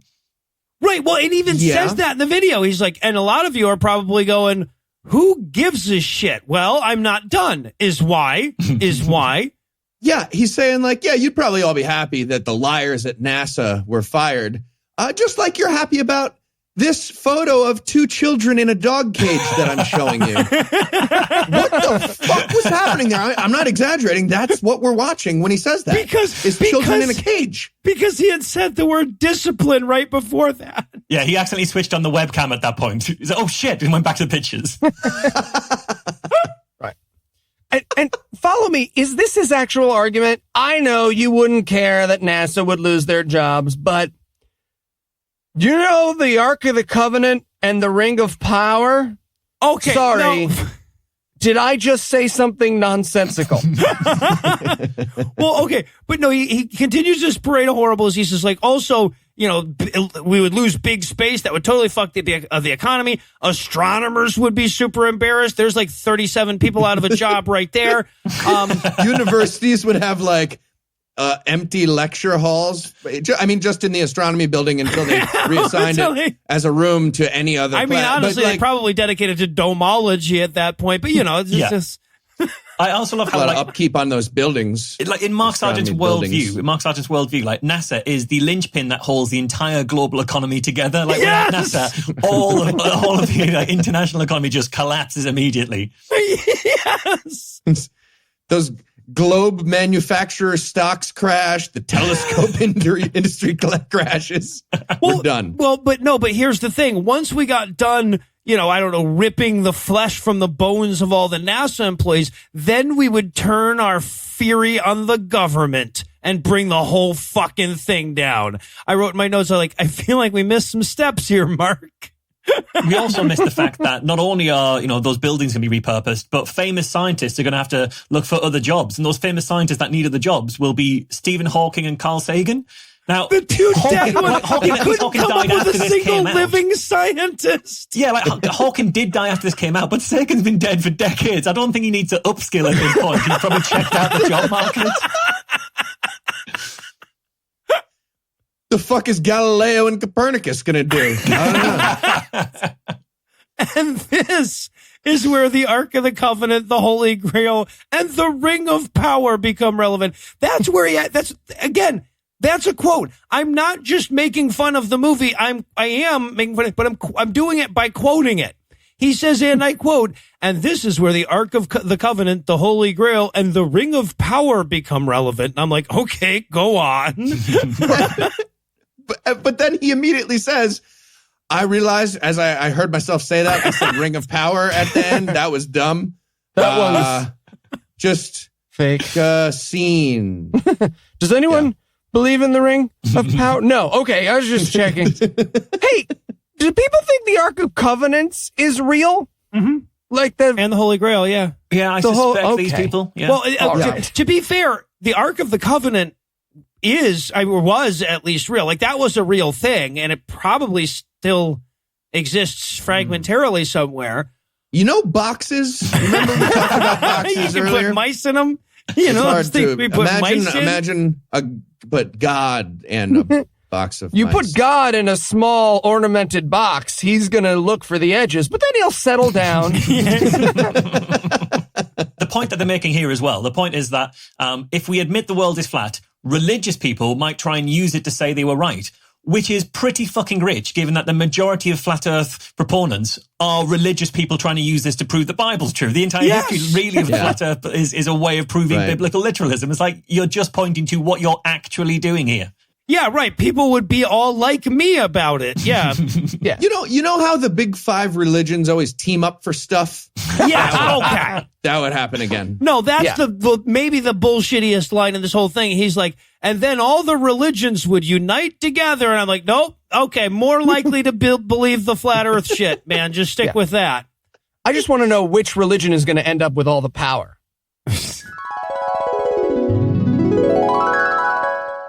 Okay, everyone, if I could just have your attention. Now, as you know, it's been revealed that the Earth is flat and in a giant dome thing. The entire world has now given over all of their power to the one true religion, the Church of England. I'll be honest, we didn't actually think we were going to get it either. There it is. So, this Sunday, if you could all just pop in, that'd be lovely. Also, a few parish notices. Mrs. Hasham, she's still doing her clothing drive, which now has a budget of $48 billion. So, good on that. Good on that. I don't get this sketch. Trust me, it's killing in England.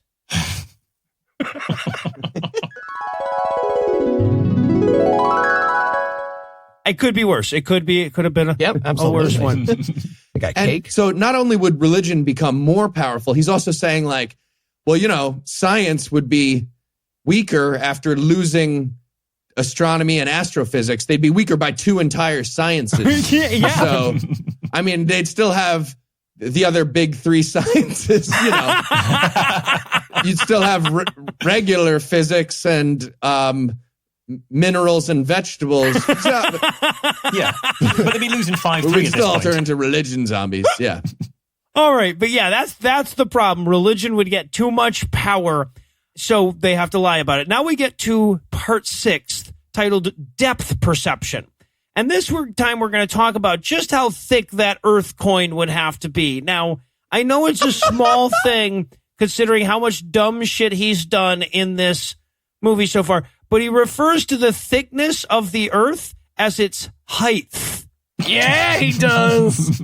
Oh, and again, these videos keep getting better and better with each one because he's got to sum up his previous crazy arguments. So he's like, okay, just so we're all caught up, please start at video 1. I numbered them. We're in a giant dome covered in plasma TVs with danger high and ice around, water, salt. Moon isn't real. All right. Sounds good. Cool. Let's get to my next set of facts. Got it. Invisible vibranium, super LEDs with the stars shown on them. Try to keep up. Moving on. No, I will not move on. Absolutely not. No questions. Also, what's a super LED? Are they special? You can't show stars in regular ones. Yeah, but what he's doing there, he's making a fundamental error, is that you buy the latest technology, it's going to date really quickly. It's just a false economy. You're better off waiting, wait for the price to come down a little, wait for it to be a bit established. Never be an early adopter. It's just not worth it. We are slashing prices. Yeah, if you do it right, you only have to buy 1 dome. That's what I'm saying. You buy 1 dome if you do it right. Yeah, so basically, yeah, he sums it up. He says, okay, so we've got the dome and the oxygen gets lower as you go up. We got the icebergs and the coldness out to the edges. But what if you tried to dig through the whole Earth? Even dumb people can dig, after all. Just on the salt water for a second. So at this point when I was watching it, I messaged my friend again and said, like, salt water, yeah, his argument is it'll prevent sailors from traveling because they can't drink the salt water, so they can't get enough fresh water on board to travel around. My friend said, yeah, the sailors would just, like, lick an iceberg once you get there. It's fine. It's pretty fresh. But the other point that I made was, like, yeah, sailors can't travel, but marine animals can travel in the salt water. And she said, right now I am looking at a map of some tagged albatrosses right now flying around the southern hemisphere. I can show you the map once it's no longer embargoed. So yeah, he's not thought about birds here. He's very up on his mice, but he's not so up on birds and well, fish. you can't put them in the boxes the same. Yeah, Birds really fuck up a lot of Mark Sargent's ideas. So Also, what was the concept with the sucking the oxygen out? Like, that was part of, there was the salt water, so it would be harder to go outwards on the water. And also, it would be harder to go up and get near the dome because they'd suck oxygen in strata out of the air with an oxygen sucking machine. And then, like put some, like, the paper that keeps the cheesecake slices separate to keep the air from mixing back together. Like, I didn't understand this part. Also, where's the oxygen? If they are sucking oxygen out, where's it? How are they putting it back in? Well, it sucks out from the top and goes back to the bottom, people. Come on. It's obviously. Right, out through volcanoes, probably. Also, I got to point this out here. This is so funny. Because, again, the whole video is just this guy saying nonsense and somebody putting up whatever Google images they come up with as he's saying this. So continuously, they keep showing memes that are designed to show how stupid flat eartherism is, but they don't know. They're too stupid to realize that. So they keep showing this image that someone has created this image to show how the Earth can't be flat because then gravity would be at angles towards the edge, right? You know, towards the densest point. And they keep showing that image, not realizing what those little arrows are meant to denote. So I thought that was just a fun little addendum I wanted to toss on. But yeah, anyway, so they've got the edges figured out. They got the up stuff figured out because you can't go in a balloon because the oxygen will go away. But how do you keep people from going down? Well, God made it hotter as you go down, you see. And, of course, he added volcanoes, as a convincer. Yes. He had to sell the hotter. I adore the source of heat in Mark Sargent's version of the world, which is there's a set of furnaces 50 miles below the surface. That answers all of my questions about where this heat could be coming from. I've got no follow-up on that. 50 miles of furnaces, got it. That's literally his argument. Yeah. Okay, I'm sure everyone listening at home who isn't familiar with this assumed that Marsh was doing a disservice to the argument by saying furnaces 50 miles below the earth. Those are literally the words he uses. Yes, Indeed. they are. Yeah. And you got to wonder what that pitch meeting was like. All right, gentlemen, I present the volcano. That's a mountain full of lava. Right? Right? Sorry. Yeah. What does it do? What does it do? What does it do? What does it do? Okay, well, it convinces people that the Earth is round. Oh, I'm sorry. How does it do that? Okay, so like they dig a lot, right? But then it gets very hot down there. Right. I mean, They just wouldn't like we want to. made it. Yeah. Right? No, but we put these around so that people will be like, "Ooh, that's making it very hot." So, nailed it. Right, but if we set up an underground smelting plant, aren't there going to be like signs? Also, where's that power going to come from? Wouldn't shaping this to a geologic record be way more difficult than just not having mountains full of hot magma? Yeah. But liquid lava, though. I vote lava. That's Yeah, me too. cool. Me too. Thank you. Yeah, me too. I was just asking. I am. Okay, good. This is great. This is going to be great. So much of his shit just falls apart as soon as you consider how this idea came about. But yes, yeah. And then he gives the goddamn "were you there" argument about, like, you ever seen the pictures of what the core of the Earth looks like? How would they even know? Right? Okay, you guys know the movie The Core? Yeah, he says that they've only gone 8 miles down. Is that 8 miles down? You're going to tell me that what the entire core looks like? Give me a break. It's like, yeah, says the guy who's gone 0 miles down, unless you count his mum's basement. And he's trying to explain how tubes deliver magma from the furnaces. He lists like 26 different ways scientists can determine what the Earth's interior is like, and then he summarizes it with these words, quote, "In short, they have no clue."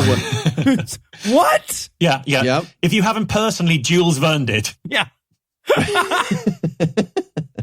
Yeah, so then he explains the volcano thing, and he's like, and you might wonder, what could they make these furnaces that could make that much lava out of? Maybe the same unobtainium as the dome. Boom. Tubes? And then for just a brief second, me and Mark fall into agreement, and he just doesn't quite get there. He says, from a design perspective, the observable universe makes no sense. And I'm like, yes, right, Correct. right. Your problem here is that you're taking issue with the observable universe half of that equation, but you are correct.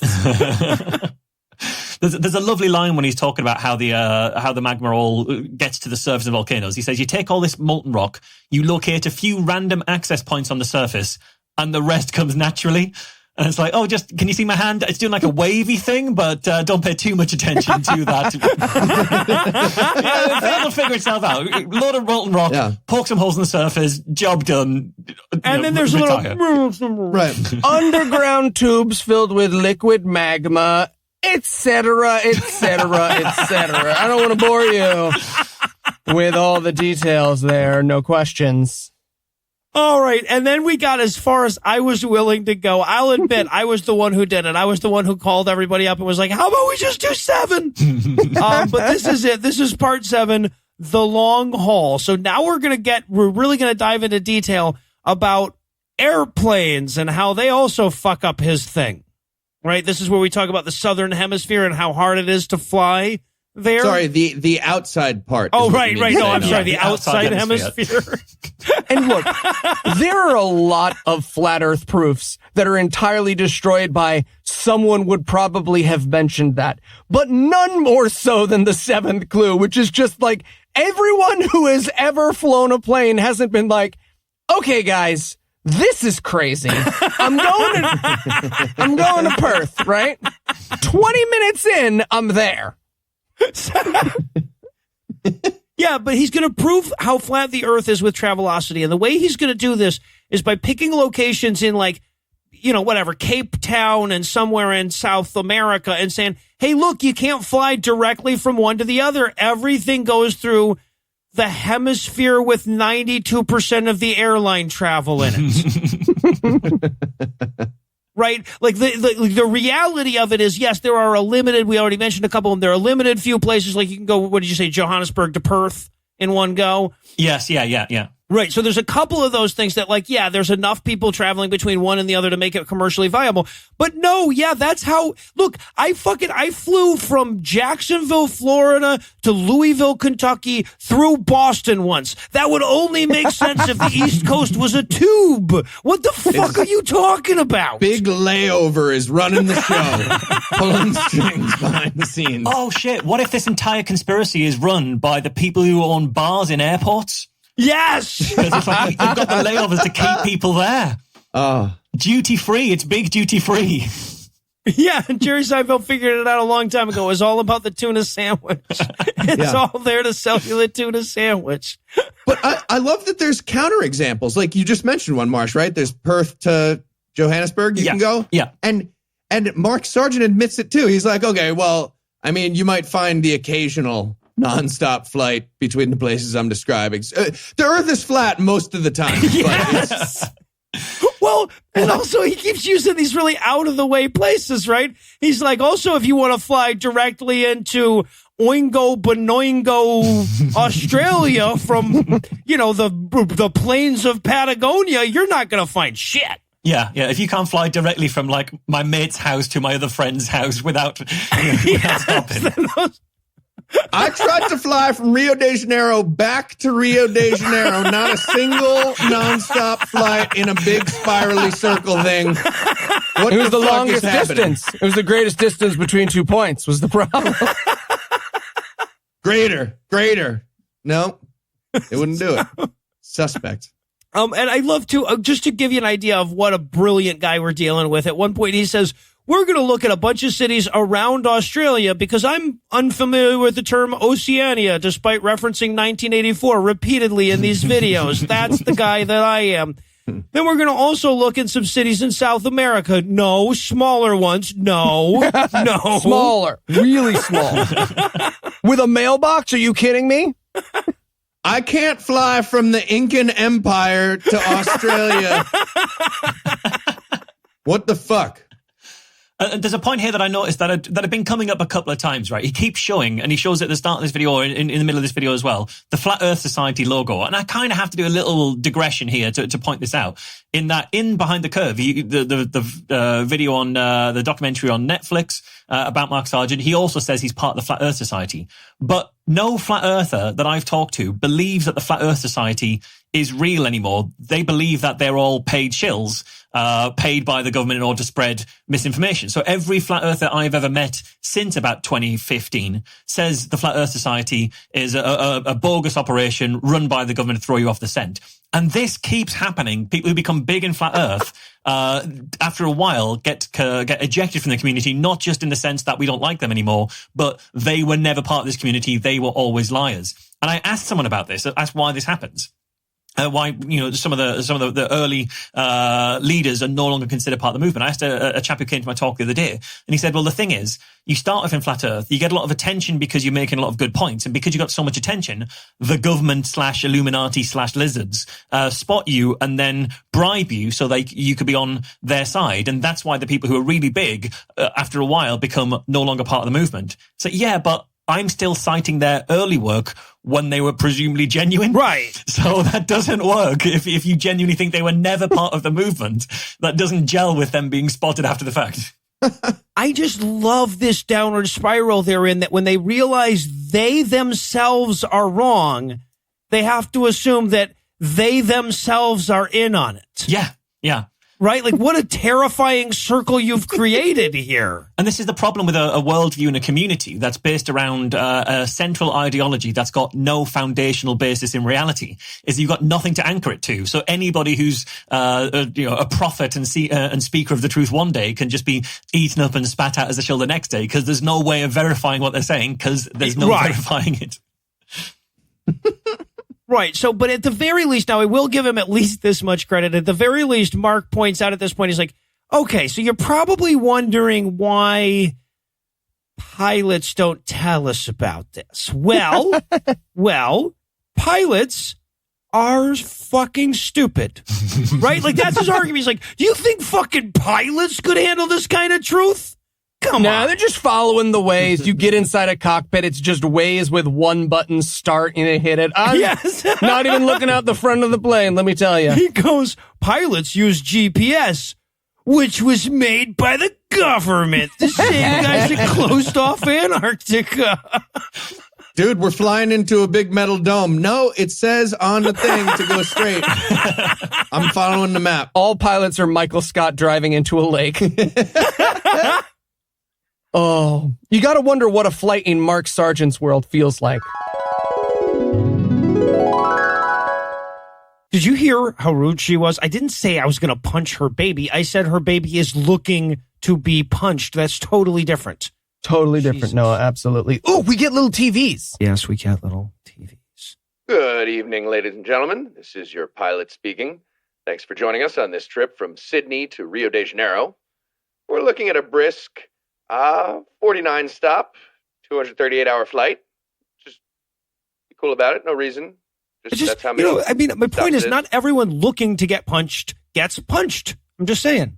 Yep. Totally. Kids entertainment. Nice. There will be a brief hour-and-a-half period where it is illegal to open your window. So you could just not do that. Don't worry about it. Just follow that rule. All right. So just sit back and enjoy the flight. Flight attendants, prepare for demons. Eli, did he just say prepare for demons? Yes, they have all 3 Minions movies. There are 3 Minions movies? Yeah, there fucking are. I'm not mad at the babies. It's the parents that are taking the baby. You keep writing in stuff where I'm mad at the fucking baby. But now I'm mad and I want to end the episode. So goddamn it, we're done. So hooray, we made it. But the good news, of course, is apparently there's a lot of money to be made in lying about the shape of the Earth. And as near as I can tell, most of the shapes are unexplored. So to close things off tonight, I ask you guys, using arguments at least as convincing as the ones in this video, tell me what shape the Earth is and how you know. It is the shape of an elephant penis. I know that from touching an elephant penis. And I could prove this to Mark Sargent if he ever accepts my challenge, and he won't. Won't reach in the call him popcorn all bucket. the time. I email him. He gives you his phone number. All right, so Marsh, you got any guesses? Yeah, so I think if the 3D sphere model is wrong and the 2D circle Earth is apparently better, by simple logic, a one-dimensional model is even better than that. So I therefore think that the Earth is a one-dimensional dot. And if you think about it, right, you get taught about circles really early on at school, so it's got to be a lie. Yeah, right. It must be. I'm going to one up you, man. 0-dimensional Earth is a black fucking hole. I'm going the whole way. -4 dimensions. Damn it. All right. Well, obviously the big hole in Mark's theory is birds. He hasn't taken them into account quite a bit. So I'm going to go with the Earth being in the shape of a not bird. So it cancels out all the birds. Okay. All right. Birds aren't real is my point. Yeah, no, exactly. I'm sorry. Only Eli really followed the assignment. He had to use arguments as convincing as the ones in this video. Thank you. All right. So, Marsh, when the shock wears off and we get the courage to dive back in for the next 7 videos, would you be willing to go through this again with us? How could I not? I've been living this world for a few years now. I can do it for one more session, sure. And we won't take down skepticoftheyear.com unless you do. Assuming Marsh doesn't get murdered by Neil Armstrong, who is standing behind him right now. All right. Well, Marsh, I can't thank you enough for suffering alongside us once again and for all the work that you do, man. Yeah, well, thank you, man. It's an absolute pleasure to be here. Yeah, cheers. And well, that's going to do it for our review of Flat Earth Clues 1 through 7. That's not going to do it for the episode just yet because we still need to remind ourselves that our task never ends. So, Eli, tell us, what's on deck? Flat Earth Clues 8 through 14, motherfuckers. Oh, already? No breaks for the wicked. All right. So with that to look forward to, we're going to bring episode 190 to a merciful close. Once again, a huge thanks to Michael Marshall of the Good Thinking Society, and a perhaps even huger thanks to all the Patreon donors that help make the show go. If you'd like to count yourself among their ranks, you can make a per episode donation at patreon.com/godawful and thereby earn early access to an ad-free version of every episode. You can also help us a ton by leaving us a 5-star review on iTunes and by sharing the show on all your various social media platforms. And if you enjoyed this show, be sure to check out our sibling shows, The Scathing Atheist, Citation Needed, and The Skeptocrat, available on iTunes, Stitcher, and wherever else podcasts live. If you have questions, comments, or cinematic suggestions, you can email godawfulmovies@gmail.com. Legal services for this podcast are provided by the law offices of P. Andrew Torres. Tim Robertson takes care of our social media. Our theme song was written and performed by Ryan Slotnick of Evil Drafts on Mars. All of the music was written and performed by our audio engineer, Morgan Clark, and was used with permission. Thanks again for giving us a chunk of your life this week. For Heath Enright and Eli Bosnick, I'm No Illusions, promise to work hard to earn another chunk next week. Until then, we'll leave you with the Breakfast Club close. On the other side of the dome, in Westeros, a group called the Donut with a Missing Dome Thing in the Middle Part Earthers are really gaining traction. Mark Sargent went on to be considered an actor and a paid government shill by many in the Flat Earth movement. That really happened. The government went on to ask for their shill money back. Birds were not, in fact, real.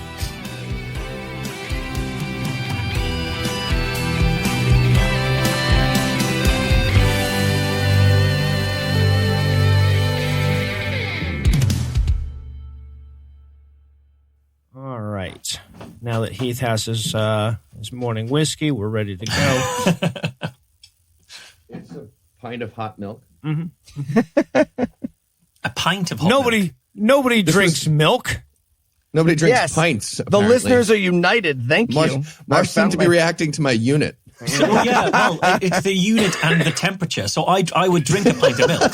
I would absolutely buy a pint of milk and drink a pint of milk. That's not a problem to me, but I'd buy it straight from the shop and I would drink it cold. But to heat up a pint of milk seems a very weird choice. A mug of hot milk. Yeah, sure.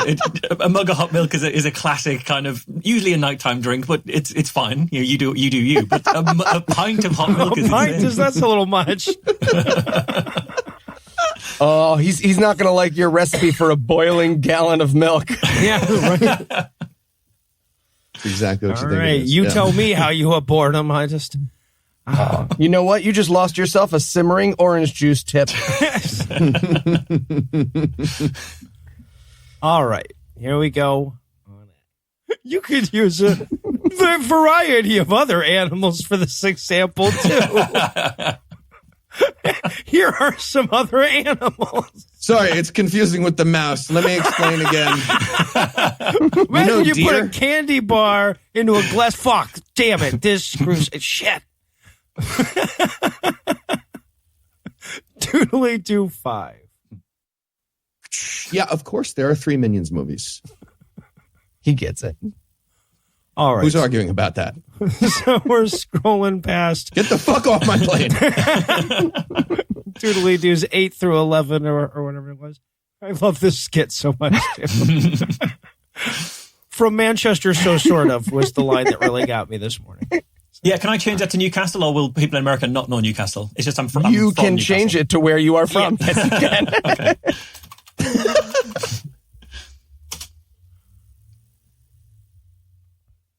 Go is for the the Wick sad part. first one. I showed Nicola the website, and she laughed. She's at work. I texted to her. She laughed at it, and her colleague saw her laughing, and she had to then try and explain what she was laughing at. And she said that was a very tricky conversation to have. Yeah, I bet. I got punched in the face by truth.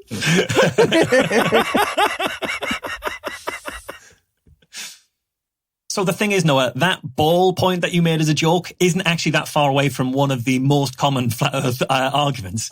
Oh my! Yeah, genuinely. Seriously?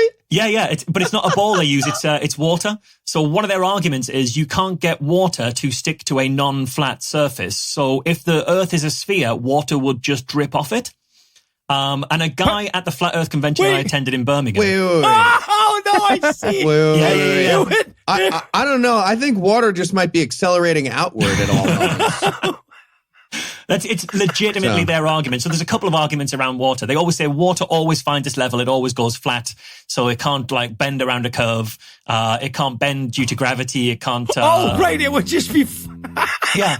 And actually, so I made this point when I was talking to a flat earther in a pub at one point, because it was like a flat earther in the pub meeting in Chester. And we've been talking for a while. And he was saying, water, it never ever bends. You can never show water curving. It never bends. It's not affected by gravity. Like it can't be bent by gravity or by forces. And I did say to him, if you really want to see proof that water can bend due to gravity, follow me to the bathroom and I'll illustrate it very visibly.